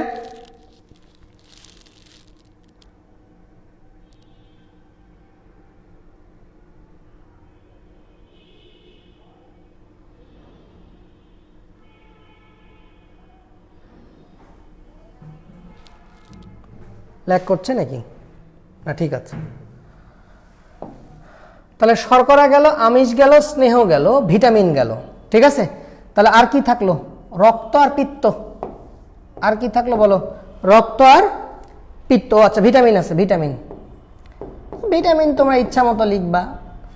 ভিটামিন তো লিখলাম, সরি, খনিজ, খনিজ পদার্থ তোমরা ইচ্ছা মতো লিখে দিও, যেগুলা যেগুলা মনে আছে যে খনিজ সঞ্চয় করে। লিভারের মধ্যে মেইনলি তোমরা লিখবা হচ্ছে আয়রনের কথা লিখবা, আয়রনের কথা লিখবা, তারপর হচ্ছে তোমার পটাশিয়ামের কথা লিখবা, হ্যাঁ, এগুলা সঞ্চয় করে আয়রন। তারপর হচ্ছে পটাশিয়াম, কপার, জিঙ্ক, এগুলার কথা লিখবা। কপার, তারপর হচ্ছে জিঙ্ক, এগুলোর কথা লিখিও, অ্যাটসেট্রা। এগুলো সঞ্চয় করে, বিভিন্ন ধরনের খনিজ পদার্থ সঞ্চয় করে। শেষ। তাহলে রক্ত, তাহলে বাকি থাকলো কি? রক্ত আর পিত্ত। তাহলে এই তো আমাদের সঞ্চয় না? আমাদের সঞ্চয় মূলত কি? শর্করা, আমিষ, স্নেহ, ভিটামিন, খনিজ, রক্ত, পিত্ত। রক্তের এখান থেকে একটা এমসিকিউ পড়ো, সেটা হচ্ছে 1500 ঘন সেন্টিমিটার না, বা 1500 লিটার রক্ত সঞ্চয় করে। মানে লিভারের মধ্যে 1500 লিটার রক্ত সবসময় থাকে। এখানে একটা প্রশ্ন বলে দিই, তোমাদের জীবনে ঝামেলা হবে ভবিষ্যতে, যে ব্লাড ব্যাংক বলা হয় কাকে? শোনো, ব্লাড ব্যাংক হচ্ছে কি, যেখান থেকে আমরা রক্ত পাই।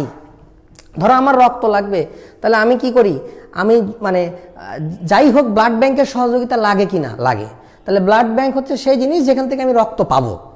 তাহলে ধরো আমার শরীরে কোথাও রক্তক্ষরণ হলো, রক্ত একটু কমে গেল, তখন এই রক্তটা সাপ্লাই দেয় কে? অপশান দুই রকম হতে পারে, একটা হচ্ছে স্প্লিন বা প্লিহা, আর একটা হচ্ছে লিভার। দুটোই সঠিক, দুটোই ব্লাড ব্যাংক, তবে আমি বলবো দুটোই থাকলে তোমরা উত্তর দিবা স্প্লিন। সত্যিকার অর্থে স্প্লিনের ভিতরে কিছু গহ্বর থাকে। এই স্প্লিন যখন তোমার দরকার হয় তখন এরকম চাপ দেয়, কন্ট্রাকশন হয়, তখন কিছু কি বের হয়ে যায়, কিছু রক্ত বের হয়ে যায়, প্রয়োজন অনুযায়ী যা লাগবে সেটা বের হয়ে যাবে, বুঝলা?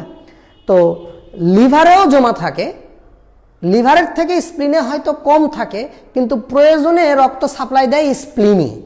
সুতরাং এই কারণে স্প্লিনকে বলবা ব্লাড ব্যাংক, এটা একটু মনে রাখো। যদি পরীক্ষায় প্রশ্ন আসে ব্লাড ব্যাংক কোনটা, তাহলে বলবা স্প্লিন। ক্লিয়ার? আর যদি এভাবে আসে যে প্রায় ১,৫০০ ঘন সেন্টিমিটার রক্ত জমা থাকে কোথায়? লিভারে। শেষ। আর তোমাদেরকে তো পড়াইছি, একটু আগেই বললাম যে পিত্তরস পিত্তথলিতে জমা থাকে। পিত্তরস জমা থাকে কোথায়?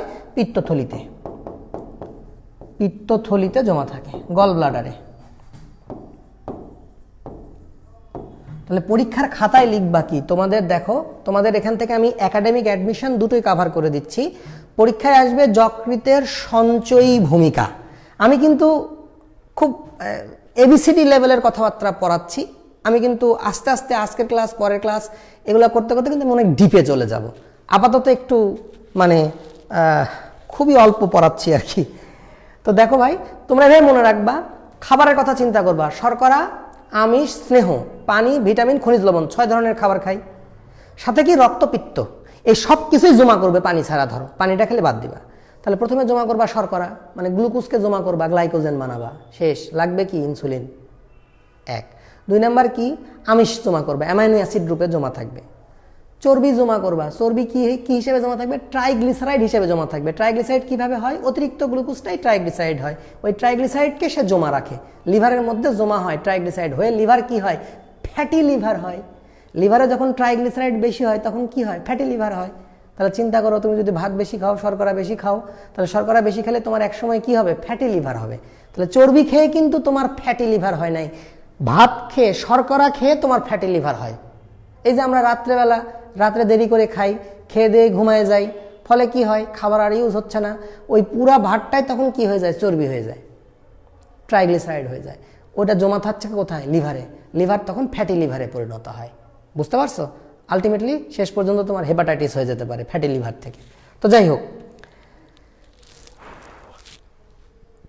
আর ভিটামিন বলবা যে ফ্যাট সলিবল ভিটামিনও সঞ্চয় করে, ওয়াটার সলিবল ভিটামিনও সঞ্চয় করে। ফ্যাট সলিবল ভিটামিন হচ্ছে এই এডিকে, আর ওয়াটার সলিবল হচ্ছে বিসি। তাহলে এখান থেকে একটা এমসিকিউ হয়ে গেল, কোনটা ফ্যাট সলিবল, কোনটা ওয়াটার সলিবল। শেষ। আর সাথে দুটো স্পেশাল ভিটামিন বি কমপ্লেক্সের মধ্যে দুটো স্পেশাল বি এর নাম পড়বা, B9 আর B12। B9 folic acid, B12 হচ্ছে সায়ানোকোবালামিন। High voltage MCQ. এমনও হতে পারে নিচের কোনটি B9 এর নাম, বা নিচের কোনটি সায়ানোকোবালামিন, তখন দেখা যাচ্ছে যে ওটা B12। এটা একটু শিখে নিলা। শেষ। আচ্ছা, এখানে আরেকটা জিনিস আমি ছোট্ট করে একটু বলে রাখি, রক্তে গ্লুকোজের স্বাভাবিক মাত্রা কত?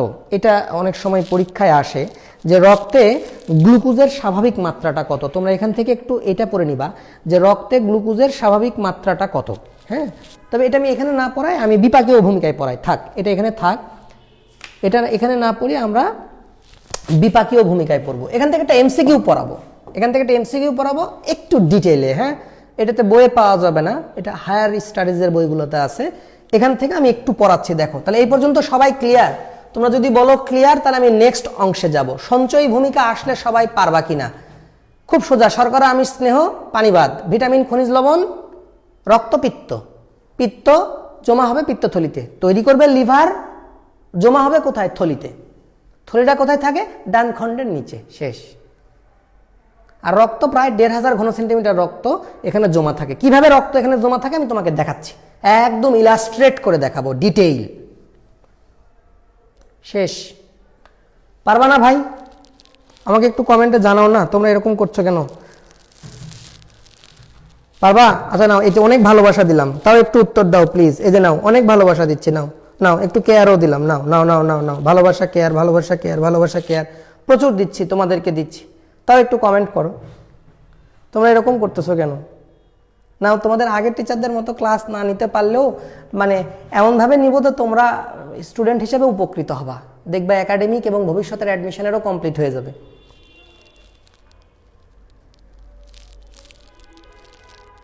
তোমরা খালি আমার সাথে একটু সহযোগিতা করো। আসলে আমার মোবাইলে মনে হচ্ছে আমি কমেন্ট দেখতে পাচ্ছি না নাকি।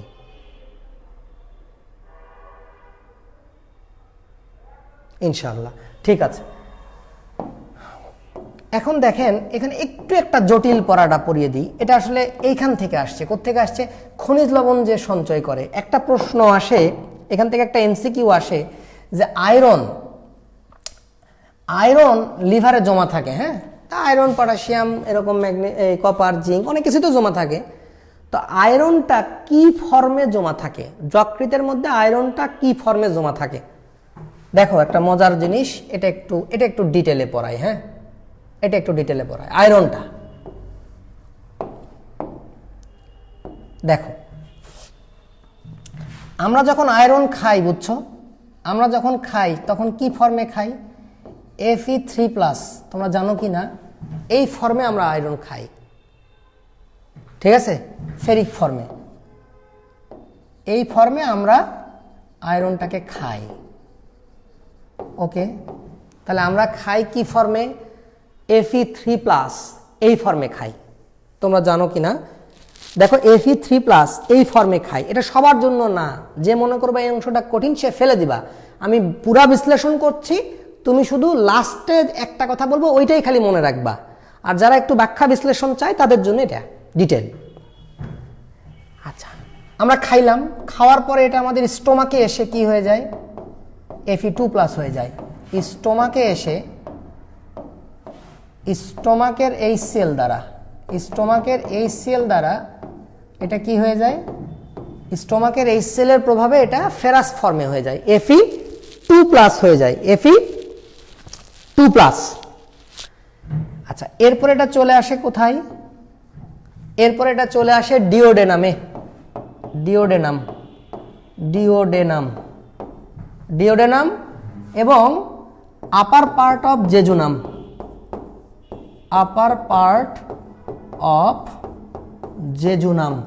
ও, তোমরা কিন্তু আমাকে বইলো যে কতক্ষণ ক্লাস করবা, হ্যাঁ, মানে আমি তো আবার একটু বেশিক্ষণ ক্লাস নিতে ভালোবাসি, তোমাদের বিরক্ত লাগলে আমাকে বইলো, হ্যাঁ। তাহলে ডিওডেনাম এবং আপার পার্ট অফ জেজুনামের কোষে এসে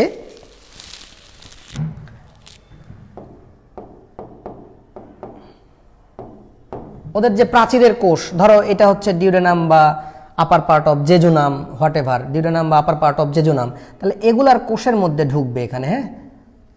তাহলে আয়রন এসে, তাহলে আয়রন ধরো এটা সাপোজ এটা আসতেছে, আয়রনটা মনে করো আসতেছে, কোথায় আসতেছে? আয়রনটা মনে করো আসলো, হ্যাঁ, কোথায় আসলো? ডিওডেনামে আসলো, কিংবা আপার পার্ট অফ জেজুনামে আসলো, আপার পার্ট অফ জেজুনামে আসলো। আসার পরে কি হবে? এরা এখানকার কোষের মধ্যে ঢুকবে, হ্যাঁ, এখানকার ধরো কোষের মধ্যে ঢুকে গেল, ঠিক আছে, এরা কোথায় ঢুকে গেল? এই কোষের মধ্যে ঢুকলো, ঠিক আছে। তাহলে ওইটাই বলেছি যে ডিওডেনাম কিংবা আপার পার্ট অফ জেজুনামের কোষে এসে ঢুকবে। ঢোকার পরে কি হবে জানো? এই কোষের মধ্যে ঢুকে, কোষের মধ্যে কে থাকে? কোষের মধ্যে যে থাকে তার নাম হচ্ছে অ্যাপোফেরিটিন।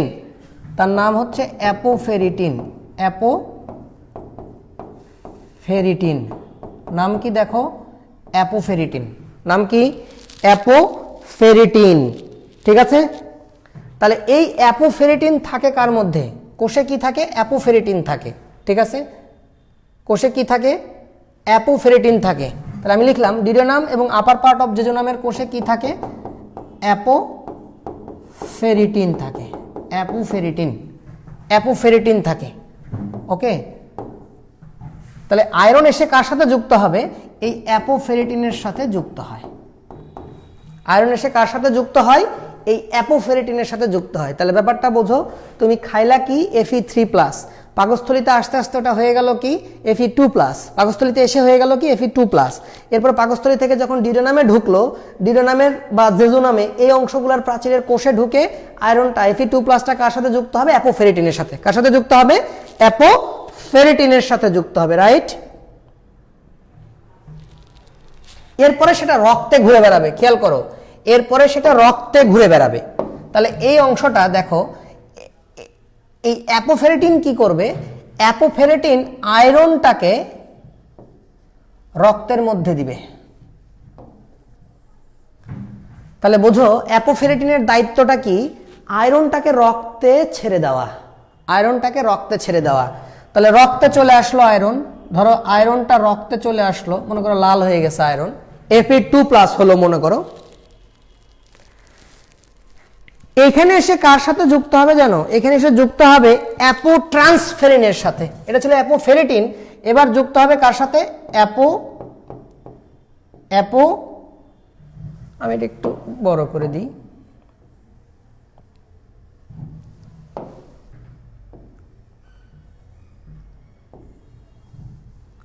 যুক্ত হবে কার সাথে? অ্যাপোট্রান্সফেরিন।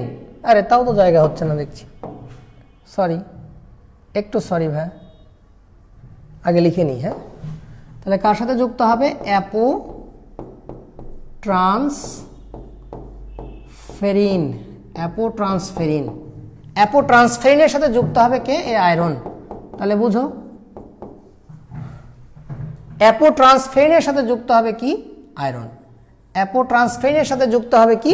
এই আয়রন। তাহলে বুঝো আমরা খাইলাম কি ফেরিক ফর্মে, হইল কি ফেরাস পাকস্থলিতে, সেটা নল দিয়ে পাকস্থলী থেকে ডিউডেনামে যখন আসলো, ডিউডেনাম বা আপার পার্ট অফ জেজুনামে, তখন সেটা কোষের মধ্যে ঢুকলো।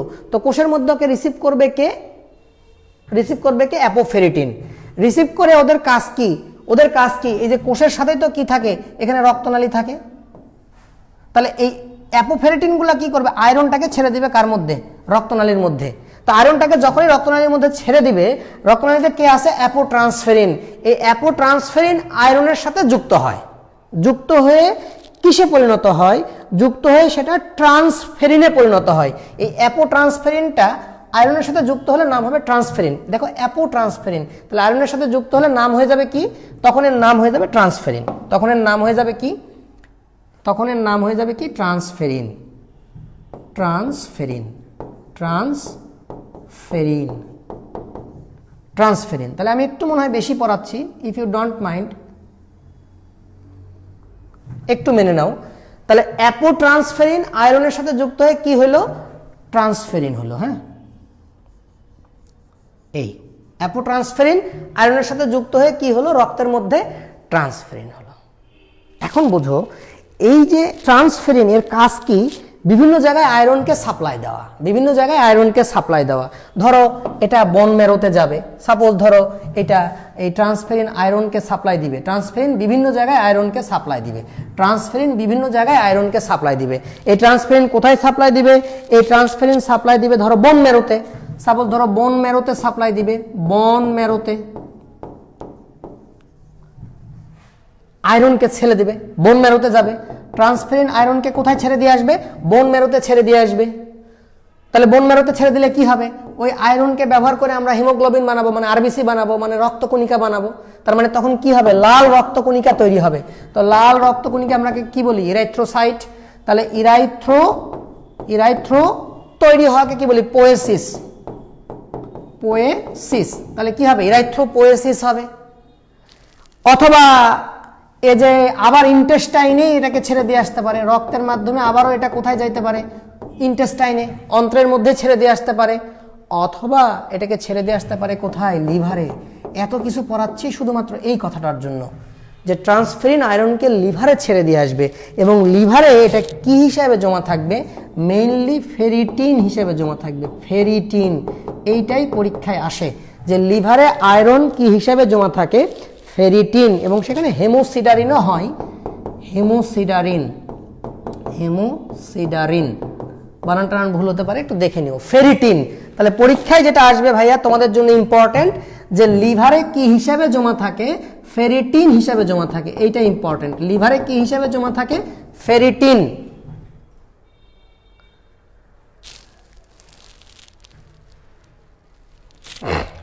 জনসংখ্যা কমে যাচ্ছে, মানে তোমরা বিরক্ত। তাহলে বেশি বেশি পড়ানো যাবে না, হ্যাঁ, অল্প পড়াইতে হবে।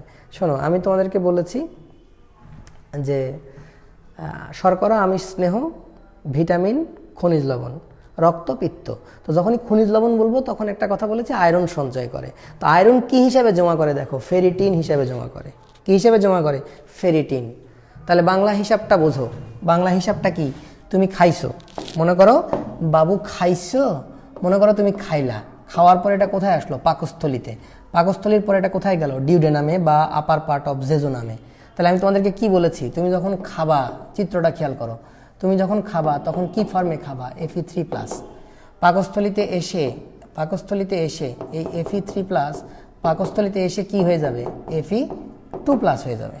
এই Fe2+ এই প্রাচীরের কোষগুলাতে ঢুকবে, তাই না। Fe2+ এসে কি হবে, Fe2+ এসে কি হবে, এর মধ্যে ঢুকলো। একে রিসিভ করার জন্য একজন কেউ থাকবে, অভ্যর্থনা জানানোর জন্য। তো যাই হোক, ও রিসিভ করে, কোল বালিশের মতো, বালিশ খেলা বোঝো তো, মানে নিবে, নিয়ে ছেড়ে দিবে। তো এইখানে যে আন্টিটা বসে আছে চেয়ারে, এই চেয়ারে যে আন্টিটা বসে আছে, এই চেয়ারে যে আন্টিটা বসে আছে, তার নাম কি, তার নাম হচ্ছে অ্যাপোফেরিটিন। অ্যাপোফেরিটিন, লাস্টে কি হয়েছে দেখো, ফেরিটিন। তাহলে অ্যাপোফেরিটিন, ওই আন্টি কি করবে, আয়রনটাকে নিবে, নিয়ে কোথায় ছেড়ে দিবে বলো, এই যে রক্তনালীর মধ্যে ছেড়ে দিবে। কোথায় ছেড়ে দিবে, ওই আন্টিটাকে, আয়রনটাকে নেওয়ার পরে ওই আয়রনটাকে সোজা ছেড়ে দিবে কোথায়, রক্তনালীতে। তাহলে আয়রনটা কোথায় চলে আসলো, রক্তনালীতে।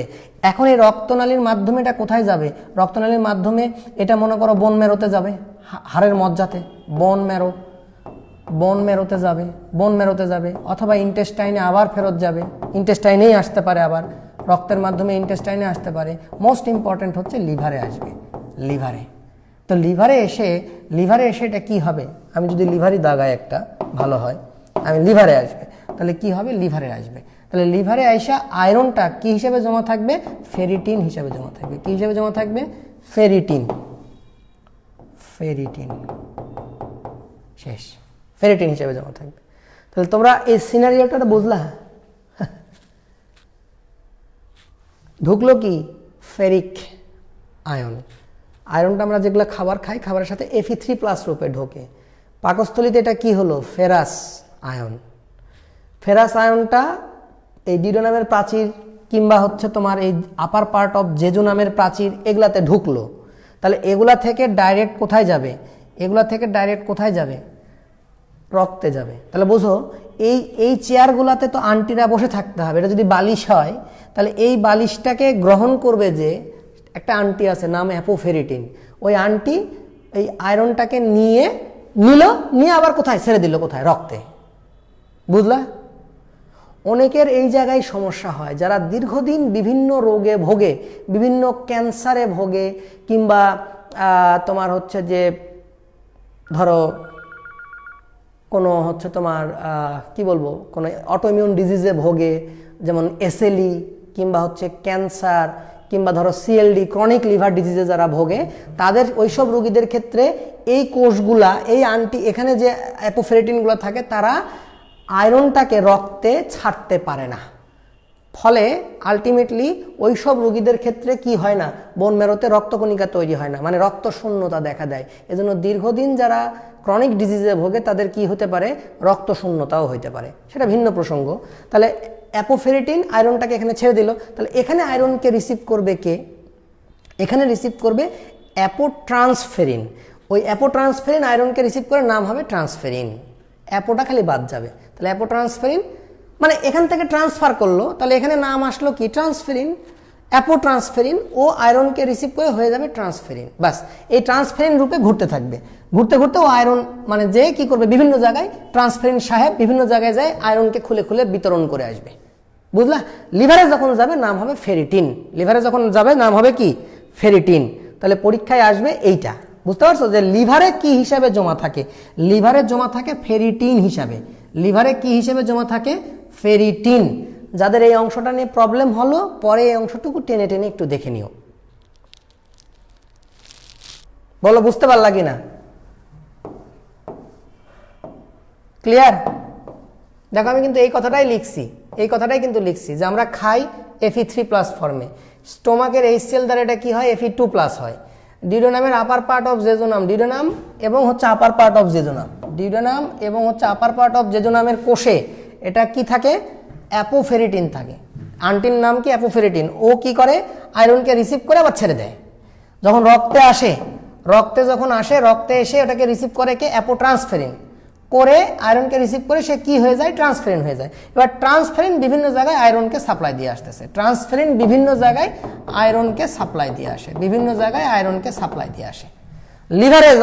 লিভারে যায় ওটা কি হয়? ফেরিটিন হয়, হেমোসিডারিন হয়। ফেরিটিন পরীক্ষায় আসবে, ফেরিটিন হিসেবে জমা থাকে। ক্লিয়ার ভাইয়া?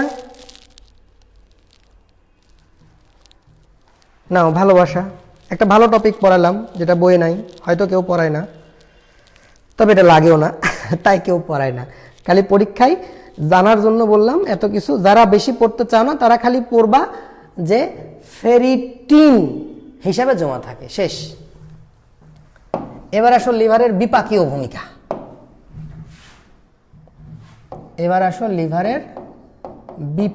ভূমিকা। তোমরা যখনই বিরক্ত হবে আমাকে বলো। বা হাই ল্যাগ হচ্ছে নাকি? এটা কি লেখা গো? ক্লাসে অত লাফানো ভালো না, সবাই তো আর লাফাইতে আসে না, কেউ কেউ মন দিয়ে ক্লাসও করতে আসে। আচ্ছা আমরা মানে একটু কেউ কাউকে ভাবে না করি, আমরা জাস্ট পড়াশোনা করি। হ্যাঁ,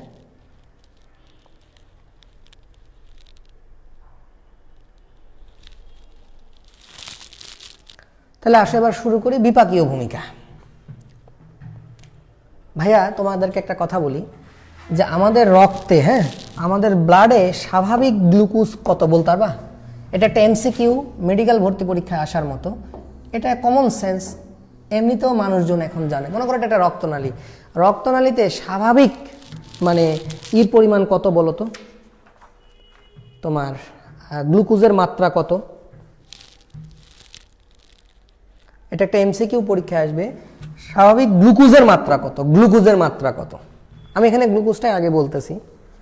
গ্লুকোজের মাত্রা কত বলো তো?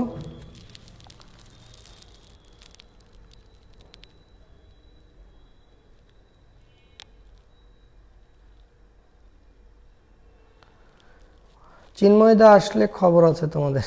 আচ্ছা, চিন্ময়কে ডাকতে হবে তাহলে, দেখছি।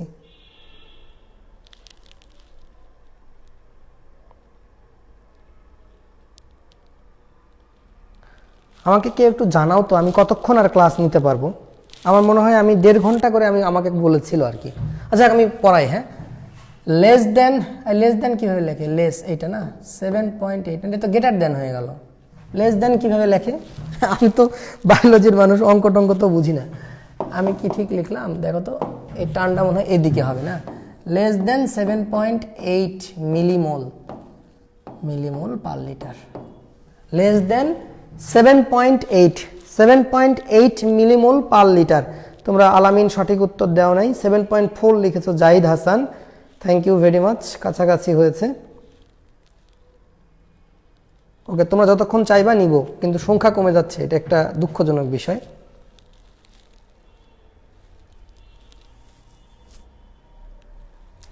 আগেরটাই ঠিক ছিল স্যার, মানে কি?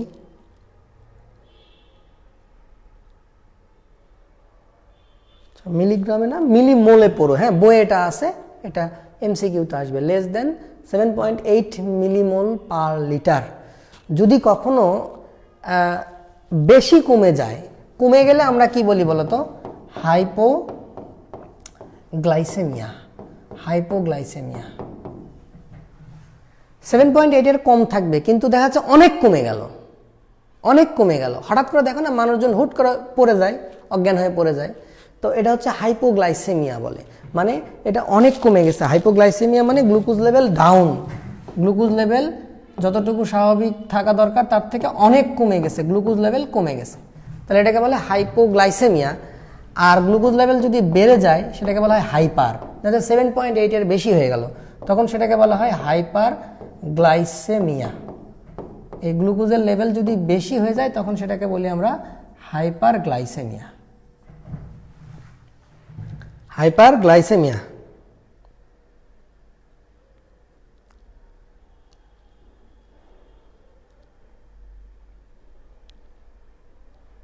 ঠিক আছে,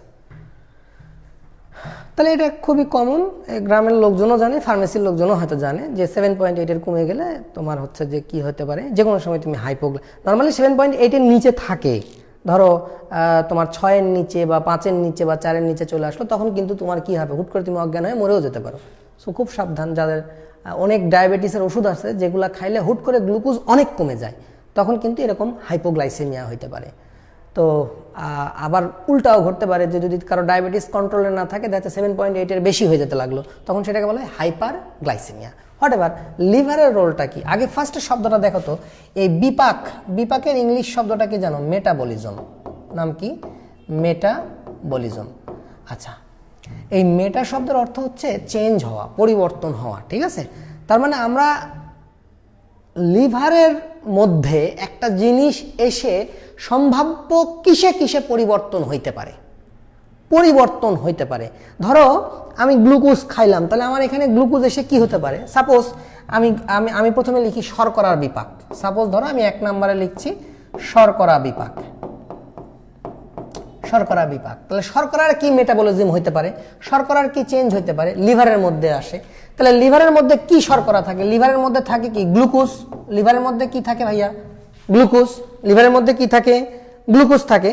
এখন দেখো এই গ্লুকোজটা লিভারের মধ্যে, তোমরা তো জানো, একটু আগেই তোমাদেরকে পড়াইছি আমি, যে গ্লাইকোজেনের সাহায্যে, ইনসুলিনের সাহায্যে। এখানে শ্রমিকের নাম কি?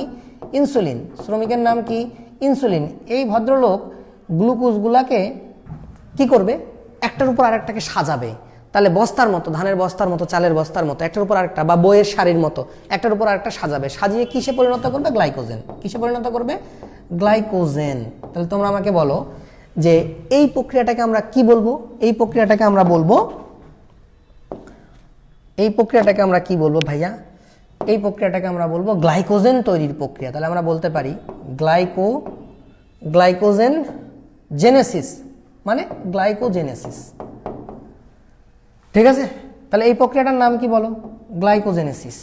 তাহলে প্রথম চেঞ্জটা দেখো, লিভারে আসছে গ্লুকোজ, হইল কি? গ্লাইকোজেন। এটা একটা চেঞ্জ। তাহলে শর্করার বিপাক হলো। 2 নাম্বার দেখো, আবার উল্টা করে চিন্তা করে দেখো, এই ঘটনাটা কখন ঘটে বলো তো? দেখো লিভার থেকে রক্তটা সারা দেহে ছড়িয়ে যাবে। কিভাবে ছড়িয়ে যাবে? আমি তোমাকে পুরা ড্রয়িংটা তোমাকে কমপ্লিট করে দেখাবো। তোমাদেরকে পুরা ড্রয়িংটা খুব ডিটেইলে আগামী দিন নেক্সট ক্লাসটা, আজকে আমি খুব বিস্তারিত তো যাচ্ছি না, আজকে আমার ক্লাসটা হচ্ছে শুধুমাত্র তোমাদের বই ওরিয়েন্টেড। আমি এখানে উল্টাপাল্টা অনেক জ্ঞান বিতরণ করতে পারি, কিন্তু সেগুলো আমি এখন করছি না, এটা নেক্সট ক্লাসে করব। নেক্সট ক্লাসটা হবে খুব হাই লেভেলের ক্লাস, আর আজকের ক্লাসটা হচ্ছে একদম খুব প্রিলিমিনারি লেভেলের একটা ক্লাস। জাস্ট তুমি যেন অ্যাডমিশন এবং একাডেমিক সব কিছু পারো, সেই লেভেলের সাজানো গোছানো কথাবার্তা। তো তোমরা খালি একটু জেনে রাখো যে ব্যাপারটা কিভাবে হয়। দেখো পেটের মধ্যে যা কিছু আছে, পেটের সমস্ত রক্ত আগে লিভারে আসে। ব্যাপারটা বোঝো, পেটের সমস্ত রক্ত কোথায় আসে? লিভারে। লিভার সেই রক্তটাকে কোথায় দেয়? হার্টে। হার্ট আবার পাম্প করে সেটাকে সারা দেহে ছড়িয়ে দেয়, সিস্টেমিক সার্কুলেশন যেটাকে আমরা বলছি। তাহলে এই যে পেটের রক্তগুলা লিভারে আসলো, লিভার থেকে সেটা হার্টে গেল, হার্ট পাম্প করে সারা দেহে ছড়ায় দিল। এখন ব্যাপারটা বোঝো, তুমি খাইছিলা কি ভাই? ভাত। হয়েছে কি? গ্লুকোজ। এই গ্লুকোজটা কোথায় আসছে? তোমার খাদ্যনালী থেকে রক্তনালীতে আসছে। কোন রক্তনালী? পেটের রক্তনালীগুলোতে। তাহলে ওই রক্তটা কোথায় আসছে? লিভারে।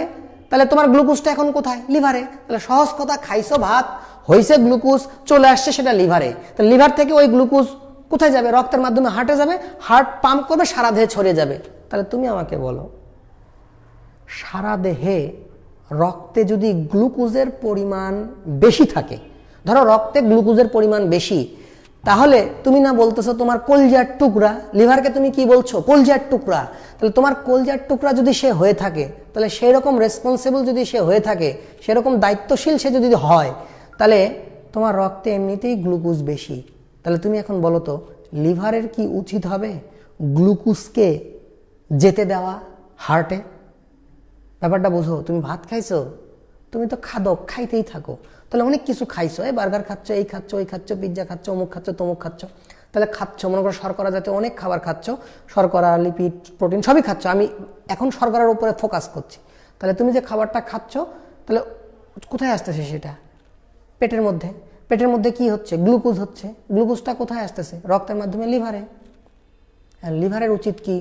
ওই গ্লুকোজকে যেতে না দেওয়া। লিভার দেখতেছে যদি আমি গ্লুকোজকে যেতে দিই, এমনিতেই রক্তে গ্লুকোজ বেশি, তাহলে আর গ্লুকোজকে কি করতে দেওয়া যাবে না? যেতে দেওয়া যাবে না। তখন লিভার খুব যত্ন নিয়ে, দায়িত্ব নিয়ে, ভাই ইনসুলিনের সহযোগিতায়। ইনসুলিন কোত্থেকে আসবে? এই যে এইখানে তোমার প্যানক্রিয়াস আছে না, এই প্যানক্রিয়াস থেকে রক্ত কোথায় আসবে? লিভারে। তাহলে প্যানক্রিয়াস থেকে একটা হরমোন বের হয়, নাম হচ্ছে ইনসুলিন। বিটা সেল ইনসুলিন ক্ষরণ করে। সেই ইনসুলিন কোথায় চলে আসবে? লিভার ডাক দিবে যে ইনসুলিন একটু আসো না ভাই, আমার এই গ্লুকোজগুলোকে একটু সাজিয়ে রাখো তো ভাই। তখন ইনসুলিনকে ডেকে নিবে, ইনসুলিন এসে গ্লুকোজগুলোকে সাজিয়ে গ্লাইকোজেন হিসাবে জমা করে রেখে দিবে। দেখো, লিভার তোমার কলজার টুকরা। ঘটনা উল্টাও হইতে পারে। হঠাৎ করে তোমার রক্তে গ্লুকোজ নাই, হঠাৎ করে তোমার রক্তে গ্লুকোজ নাই, তখন সে কি করবে? তখন কিন্তু আবার সে কি করবে? তখন সে ওই ইনসুলিনকে আর ডাকবে না, তখন আবার আরেকজনকে ডাকবে প্যানক্রিয়াস থেকে, যে একটু আসো না ভাই, রক্তের মধ্যে দিয়ে চলে আসো না আমার এখানে। গ্লুকাগনকে ডাকবে। আলফা সেল থেকে ক্ষরণ হয়। প্যানক্রিয়াসের মধ্যে আলফা সেল আছে, বিটা সেল আছে। তো এবার ডাকবে আলফা সেল থেকে গ্লুকাগনকে, যে আলফাকে বলবে, আলফা একটু গ্লুকাগনকে পাঠাও না। গ্লুকাগন আসবে লিভারের মধ্যে। লিভারের মধ্যে যখন আসবে, তখন কি করবে সে? গ্লুকাগন এসে এবার যে গ্লুকোজগুলো সাজানো ছিল, এই গ্লুকোজগুলো থেকে একটা একটা করে গ্লুকোজ কি করবে? সে রক্তের মধ্যে ছেড়ে দিবে। রক্তের মধ্যে ছেড়ে দিবে, কারণ তোমার রক্তে গ্লুকোজ কমে গেছে ভাই। তাহলে এবার ঘটনা উল্টা। এবারের ঘটনাটা কি? এবারের ঘটনাটা কিন্তু উল্টা। এবারের ঘটনা হচ্ছে তোমার গ্লাইকোজেন কি হচ্ছে? ভেঙে যাচ্ছে। গ্লাইকোজেন থেকে গ্লুকোজগুলো ভেঙে ভেঙে কোথায় যাচ্ছে? গ্লুকোজ হচ্ছে। গ্লাইকোজেন ভেঙে ভেঙে গ্লুকোজ হচ্ছে। ভাইয়া, এটা কোন হরমোন করে বলছি? এটা কোন হরমোন করে? গ্লুকাগন। এটা কোন হরমোন করে? গ্লুকাগন। খুবই খুব ইম্পর্ট্যান্ট, গ্লুকাগন। তাহলে বলো তো, আমরা এখানে কি ভাঙলাম?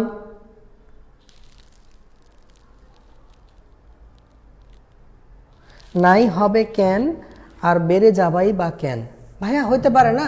ধরো তুমি রোজা আছো, হ্যাঁ, সাপোজ তুমি, আচ্ছা তুমি আগে মনে করো, সাপোজ ধরো কি কারণে বাড়তে পারে? ধরো তুমি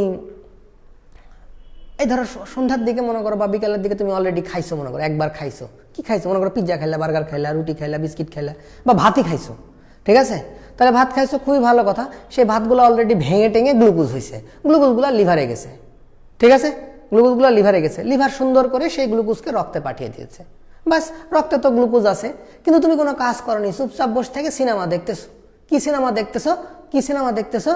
পুষ্পা। তো পুষ্পা দেখতেছো মনে করো, তো দেখতেছো দেখতেছো চুপচাপ বসে আসো। তাহলে কি হইলো? রক্তের গ্লুকোজ শেষ হচ্ছে না সেইভাবে। এরপরে তো রাত্রে আম্মা বলতেছে, সারাদিন বসে থেকে তো সিনেমা দেখতেছিস, পড়া নাই, শোনা নাই, এরকম একটা ক্র্যাশ কোর্সে ভর্তি হইলি, তারপরেও তোর কোনো পড়াশোনার কোনো নজর দেখতেছি না, সারাক্ষণ দেখতেছিস পুষ্পা পুষ্পা। এগুলো বাদ দিয়ে পড়াশোনা কর।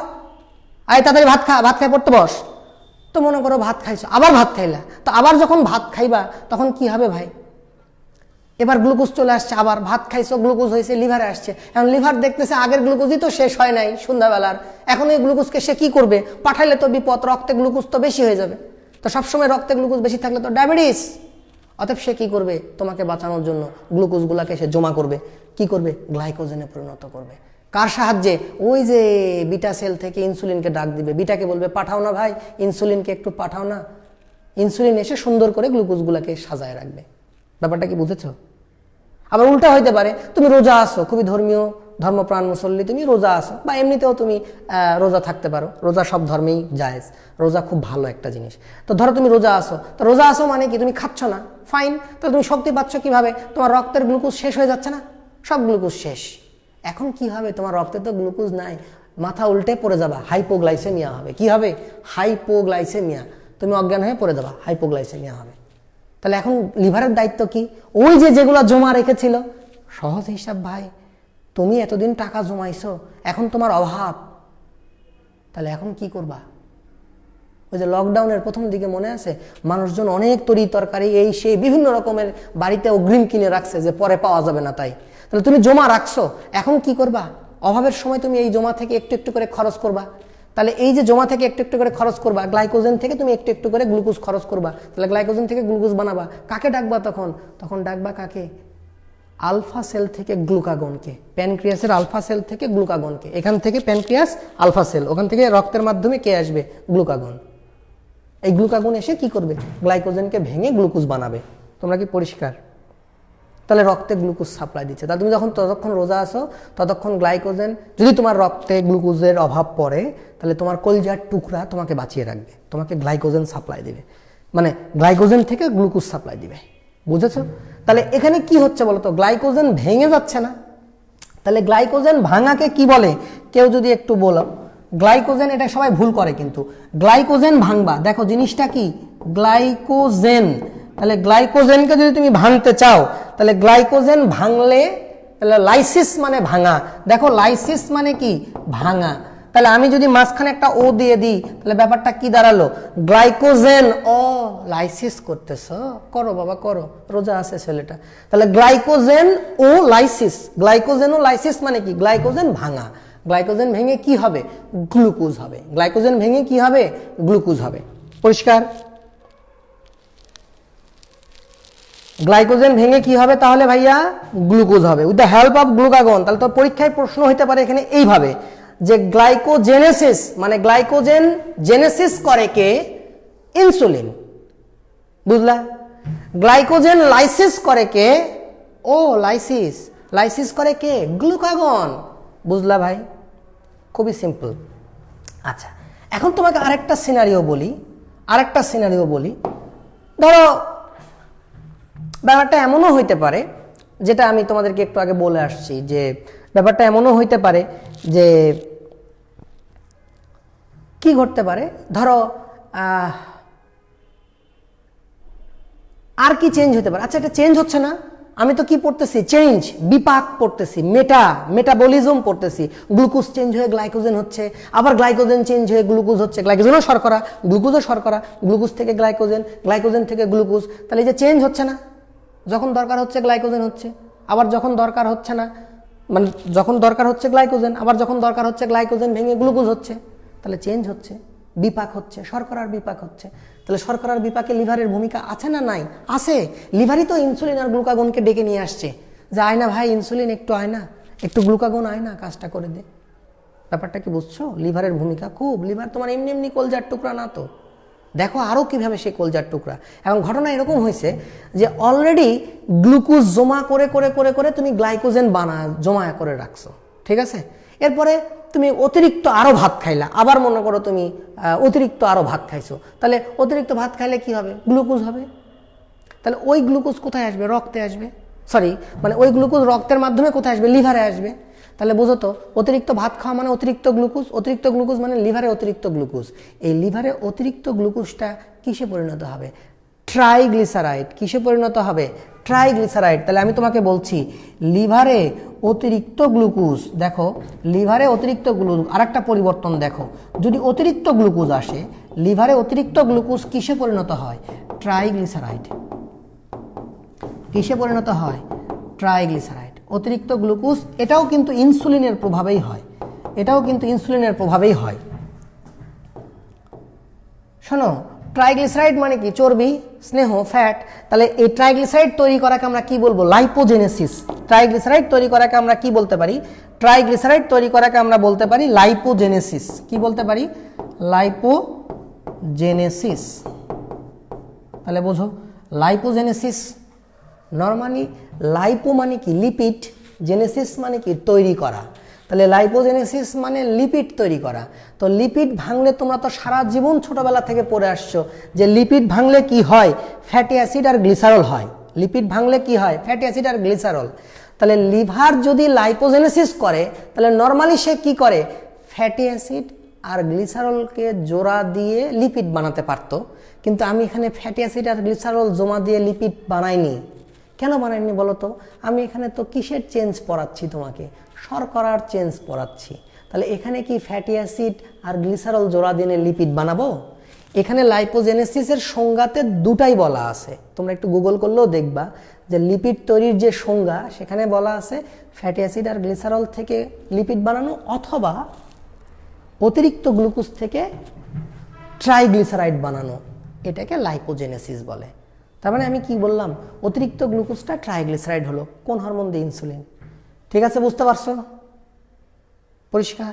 মানে নর্মালি ইনসুলিন এসে গ্লুকোজকে গ্লাইকোজেন করে রাখবে, এরপরেও যদি দেখে যে প্রচুর গ্লুকোজ আসতেছে তখন বাধ্য হয়ে এই শ্রমিক ইনসুলিন তখন কি করবে, গ্লুকোজকে ট্রাইগ্লিসারাইড করে দিবে। যা, তাহলে তুমি এখন বোঝো, তাহলে তোমার যারা ভাত বেশি খায়, যারা রাত করে বেশি ভাত খায়, ভাত খাওয়ার পরে যারা কোনো পরিশ্রম করে না, এদের ভাত, অতিরিক্ত ভাতটা কি হয়, বিশেষ করে বাঙালির জন্য ভাত, অতিরিক্ত ভাতটাই ট্রাইগ্লিসারাইড হয়।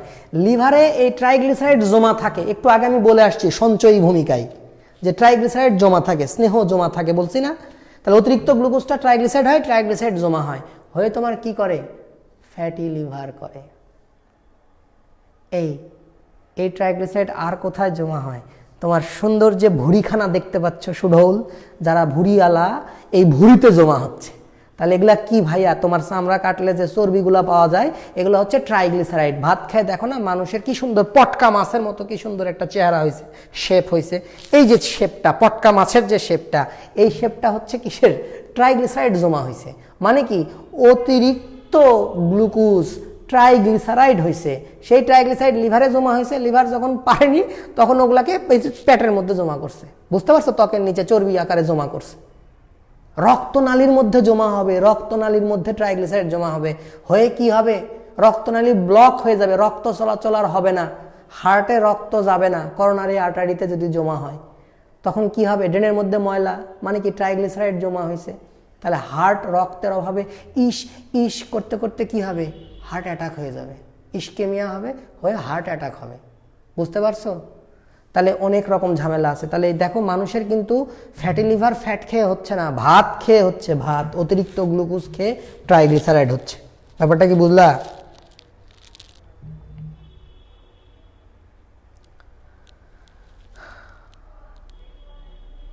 আমার কি আটকে যাচ্ছে? আমি তো আটকাচ্ছে না ভাই, আমার এখানে যে আমি যেখানে দেখতেছি আমার নেটওয়ার্কে আটকাচ্ছে না, তোমাদের আটকাচ্ছে কি না? ওমা, এ দেখাতেই আটকে গেছে, বুঝলা? ধরা খেয়ে গেলাম তো।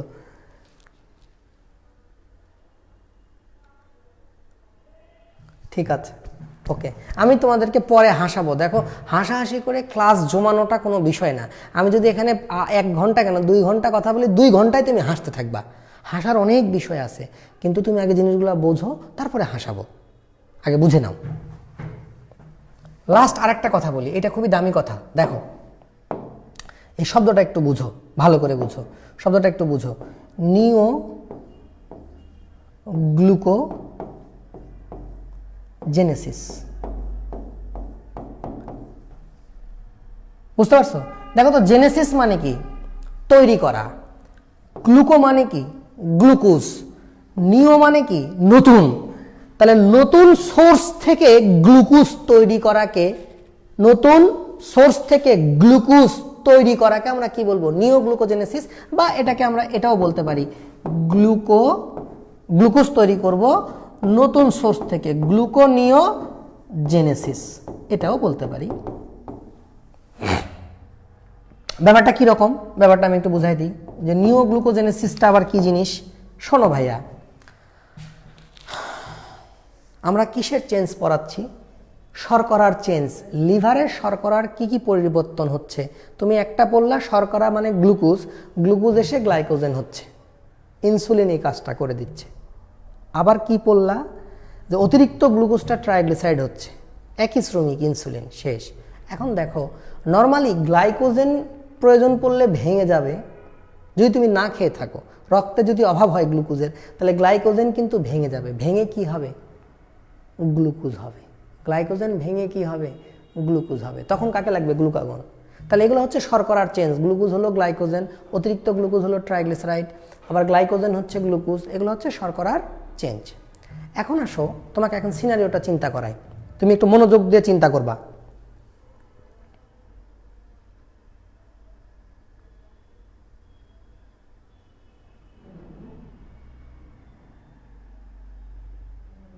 কোথায় হাসতে হবে আন্ডারলাইন করে দেন।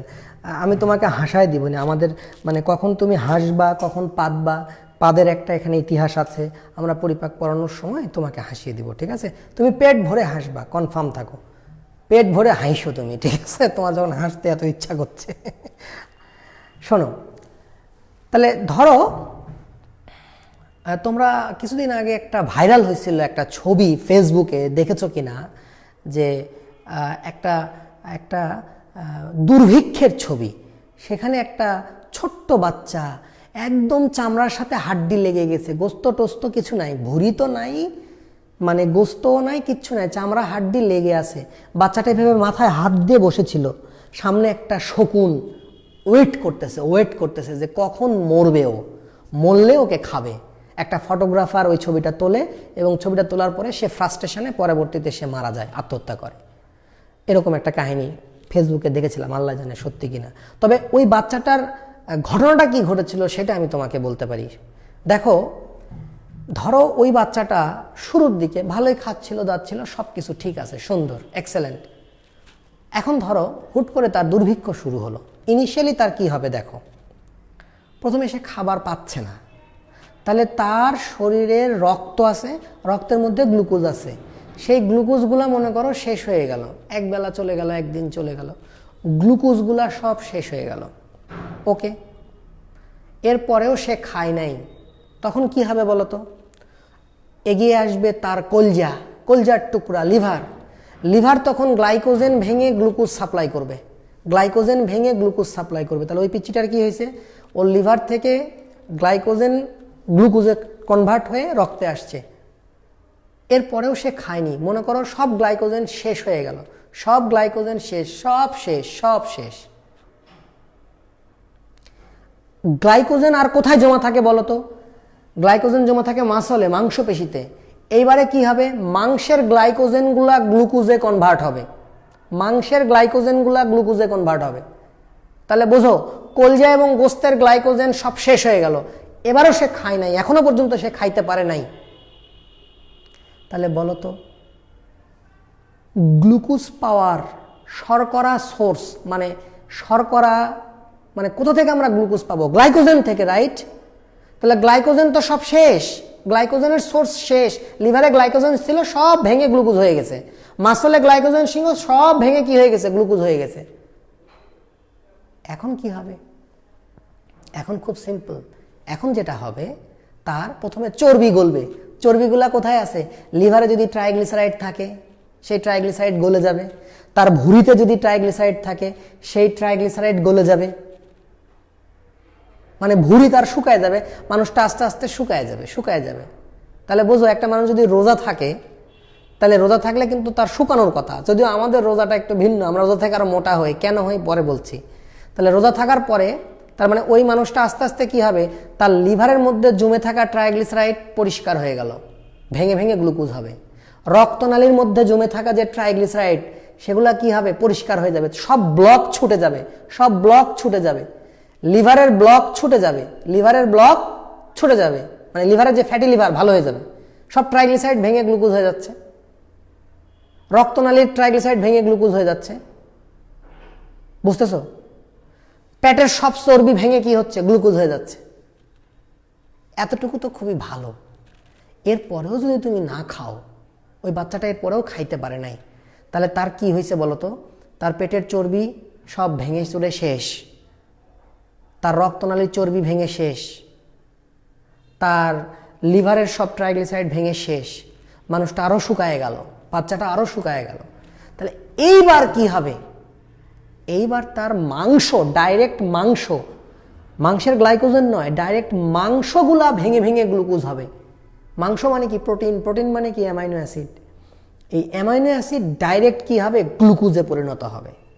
তাহলে দেখো যখন চর্বি বা অ্যামাইনো অ্যাসিড থেকে, ব্যাপারটা বোঝো, যখন এরকম অ্যামাইনো অ্যাসিড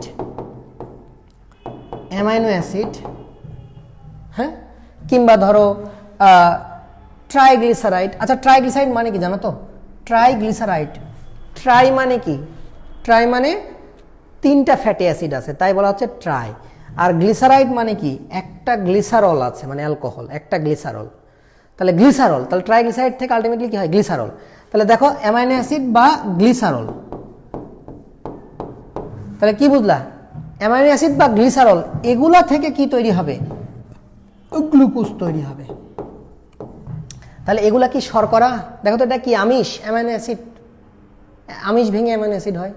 এটা কি? গ্লিসারল, ট্রাইগ্লিসারাইড ভেঙে হয়েছে গ্লিসারল, তাহলে চর্বি, ফ্যাটি অ্যাসিড গ্লিসারল মানে চর্বি। তাহলে বলো তো ভাই, নিওগ্লুকোজেনেসিস মানে কি? যখন তুমি গ্লুকোজ বানাবা নতুন সোর্স থেকে। নতুন সোর্স মানে কি? আদার দেন কার্বোহাইড্রেট, কার্বোহাইড্রেট ছাড়া অন্য কোনো সোর্স থেকে যখন তুমি গ্লুকোজ বানাবা, যেমন অ্যামাইনো অ্যাসিড থেকে, যেমন গ্লিসারল থেকে যখন তুমি গ্লুকোজ বানাবা, তখন সেটার নাম হচ্ছে কি? নিওগ্লুকোজেনেসিস। ব্যাপারটা কি পরিষ্কার? তাহলে ওই বাচ্চাটার কথা চিন্তা করো, প্রথমে তার ব্লাডের গ্লুকোজ শেষ, খায়নি সে। এবার তার জমা থাকা গ্লুকোজ মানে গ্লাইকোজেন, শর্করা সোর্স গ্লাইকোজেন, গ্লুকোজের সোর্স কি? গ্লাইকোজেন। তার কলজার গ্লাইকোজেন শেষ, এবার তার মাংসের গোস্তের গ্লাইকোজেন শেষ। তাহলে শর্করার সোর্স শেষ, আর গ্লুকোজ পাওয়ার কোনো শর্করার সোর্স নাই। এখন কি হবে?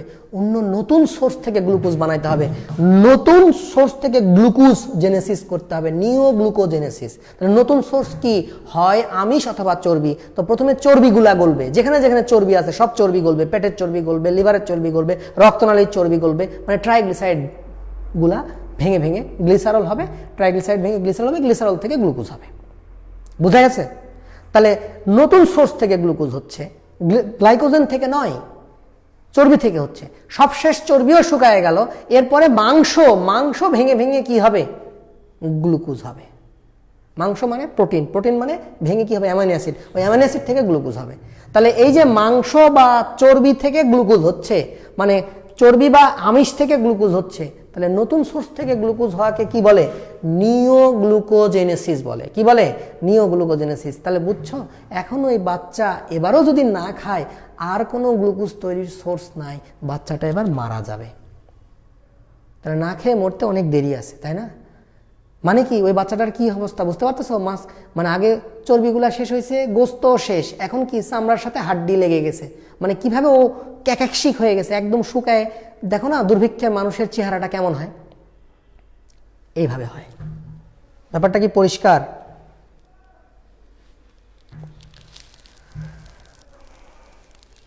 আর কন্টিনিউ করবো কিনা তোমরা আমাকে বলো।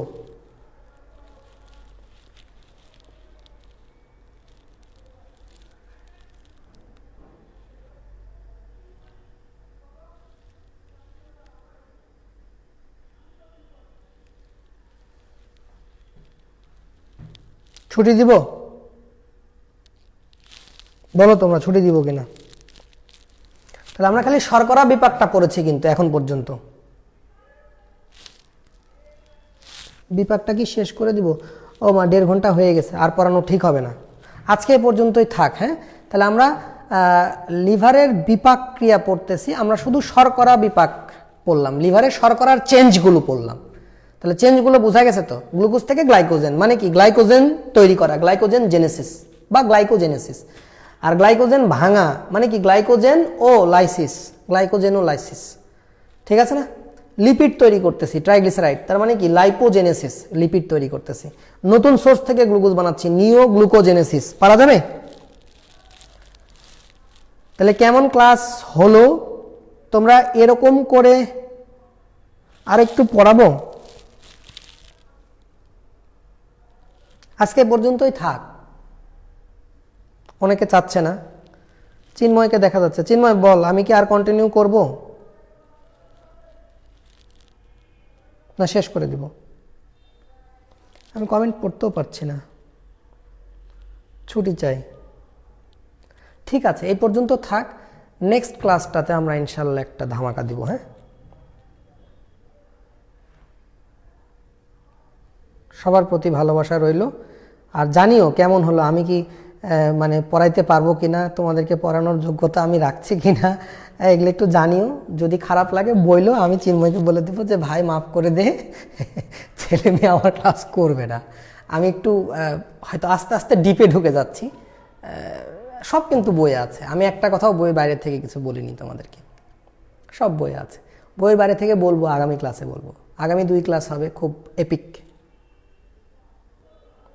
তো ঠিক আছে, আল্লাহ হাফেজ, আসসালামু আলাইকুম ওয়া রাহমাতুল্লাহি ওয়া বারাকাতুহু।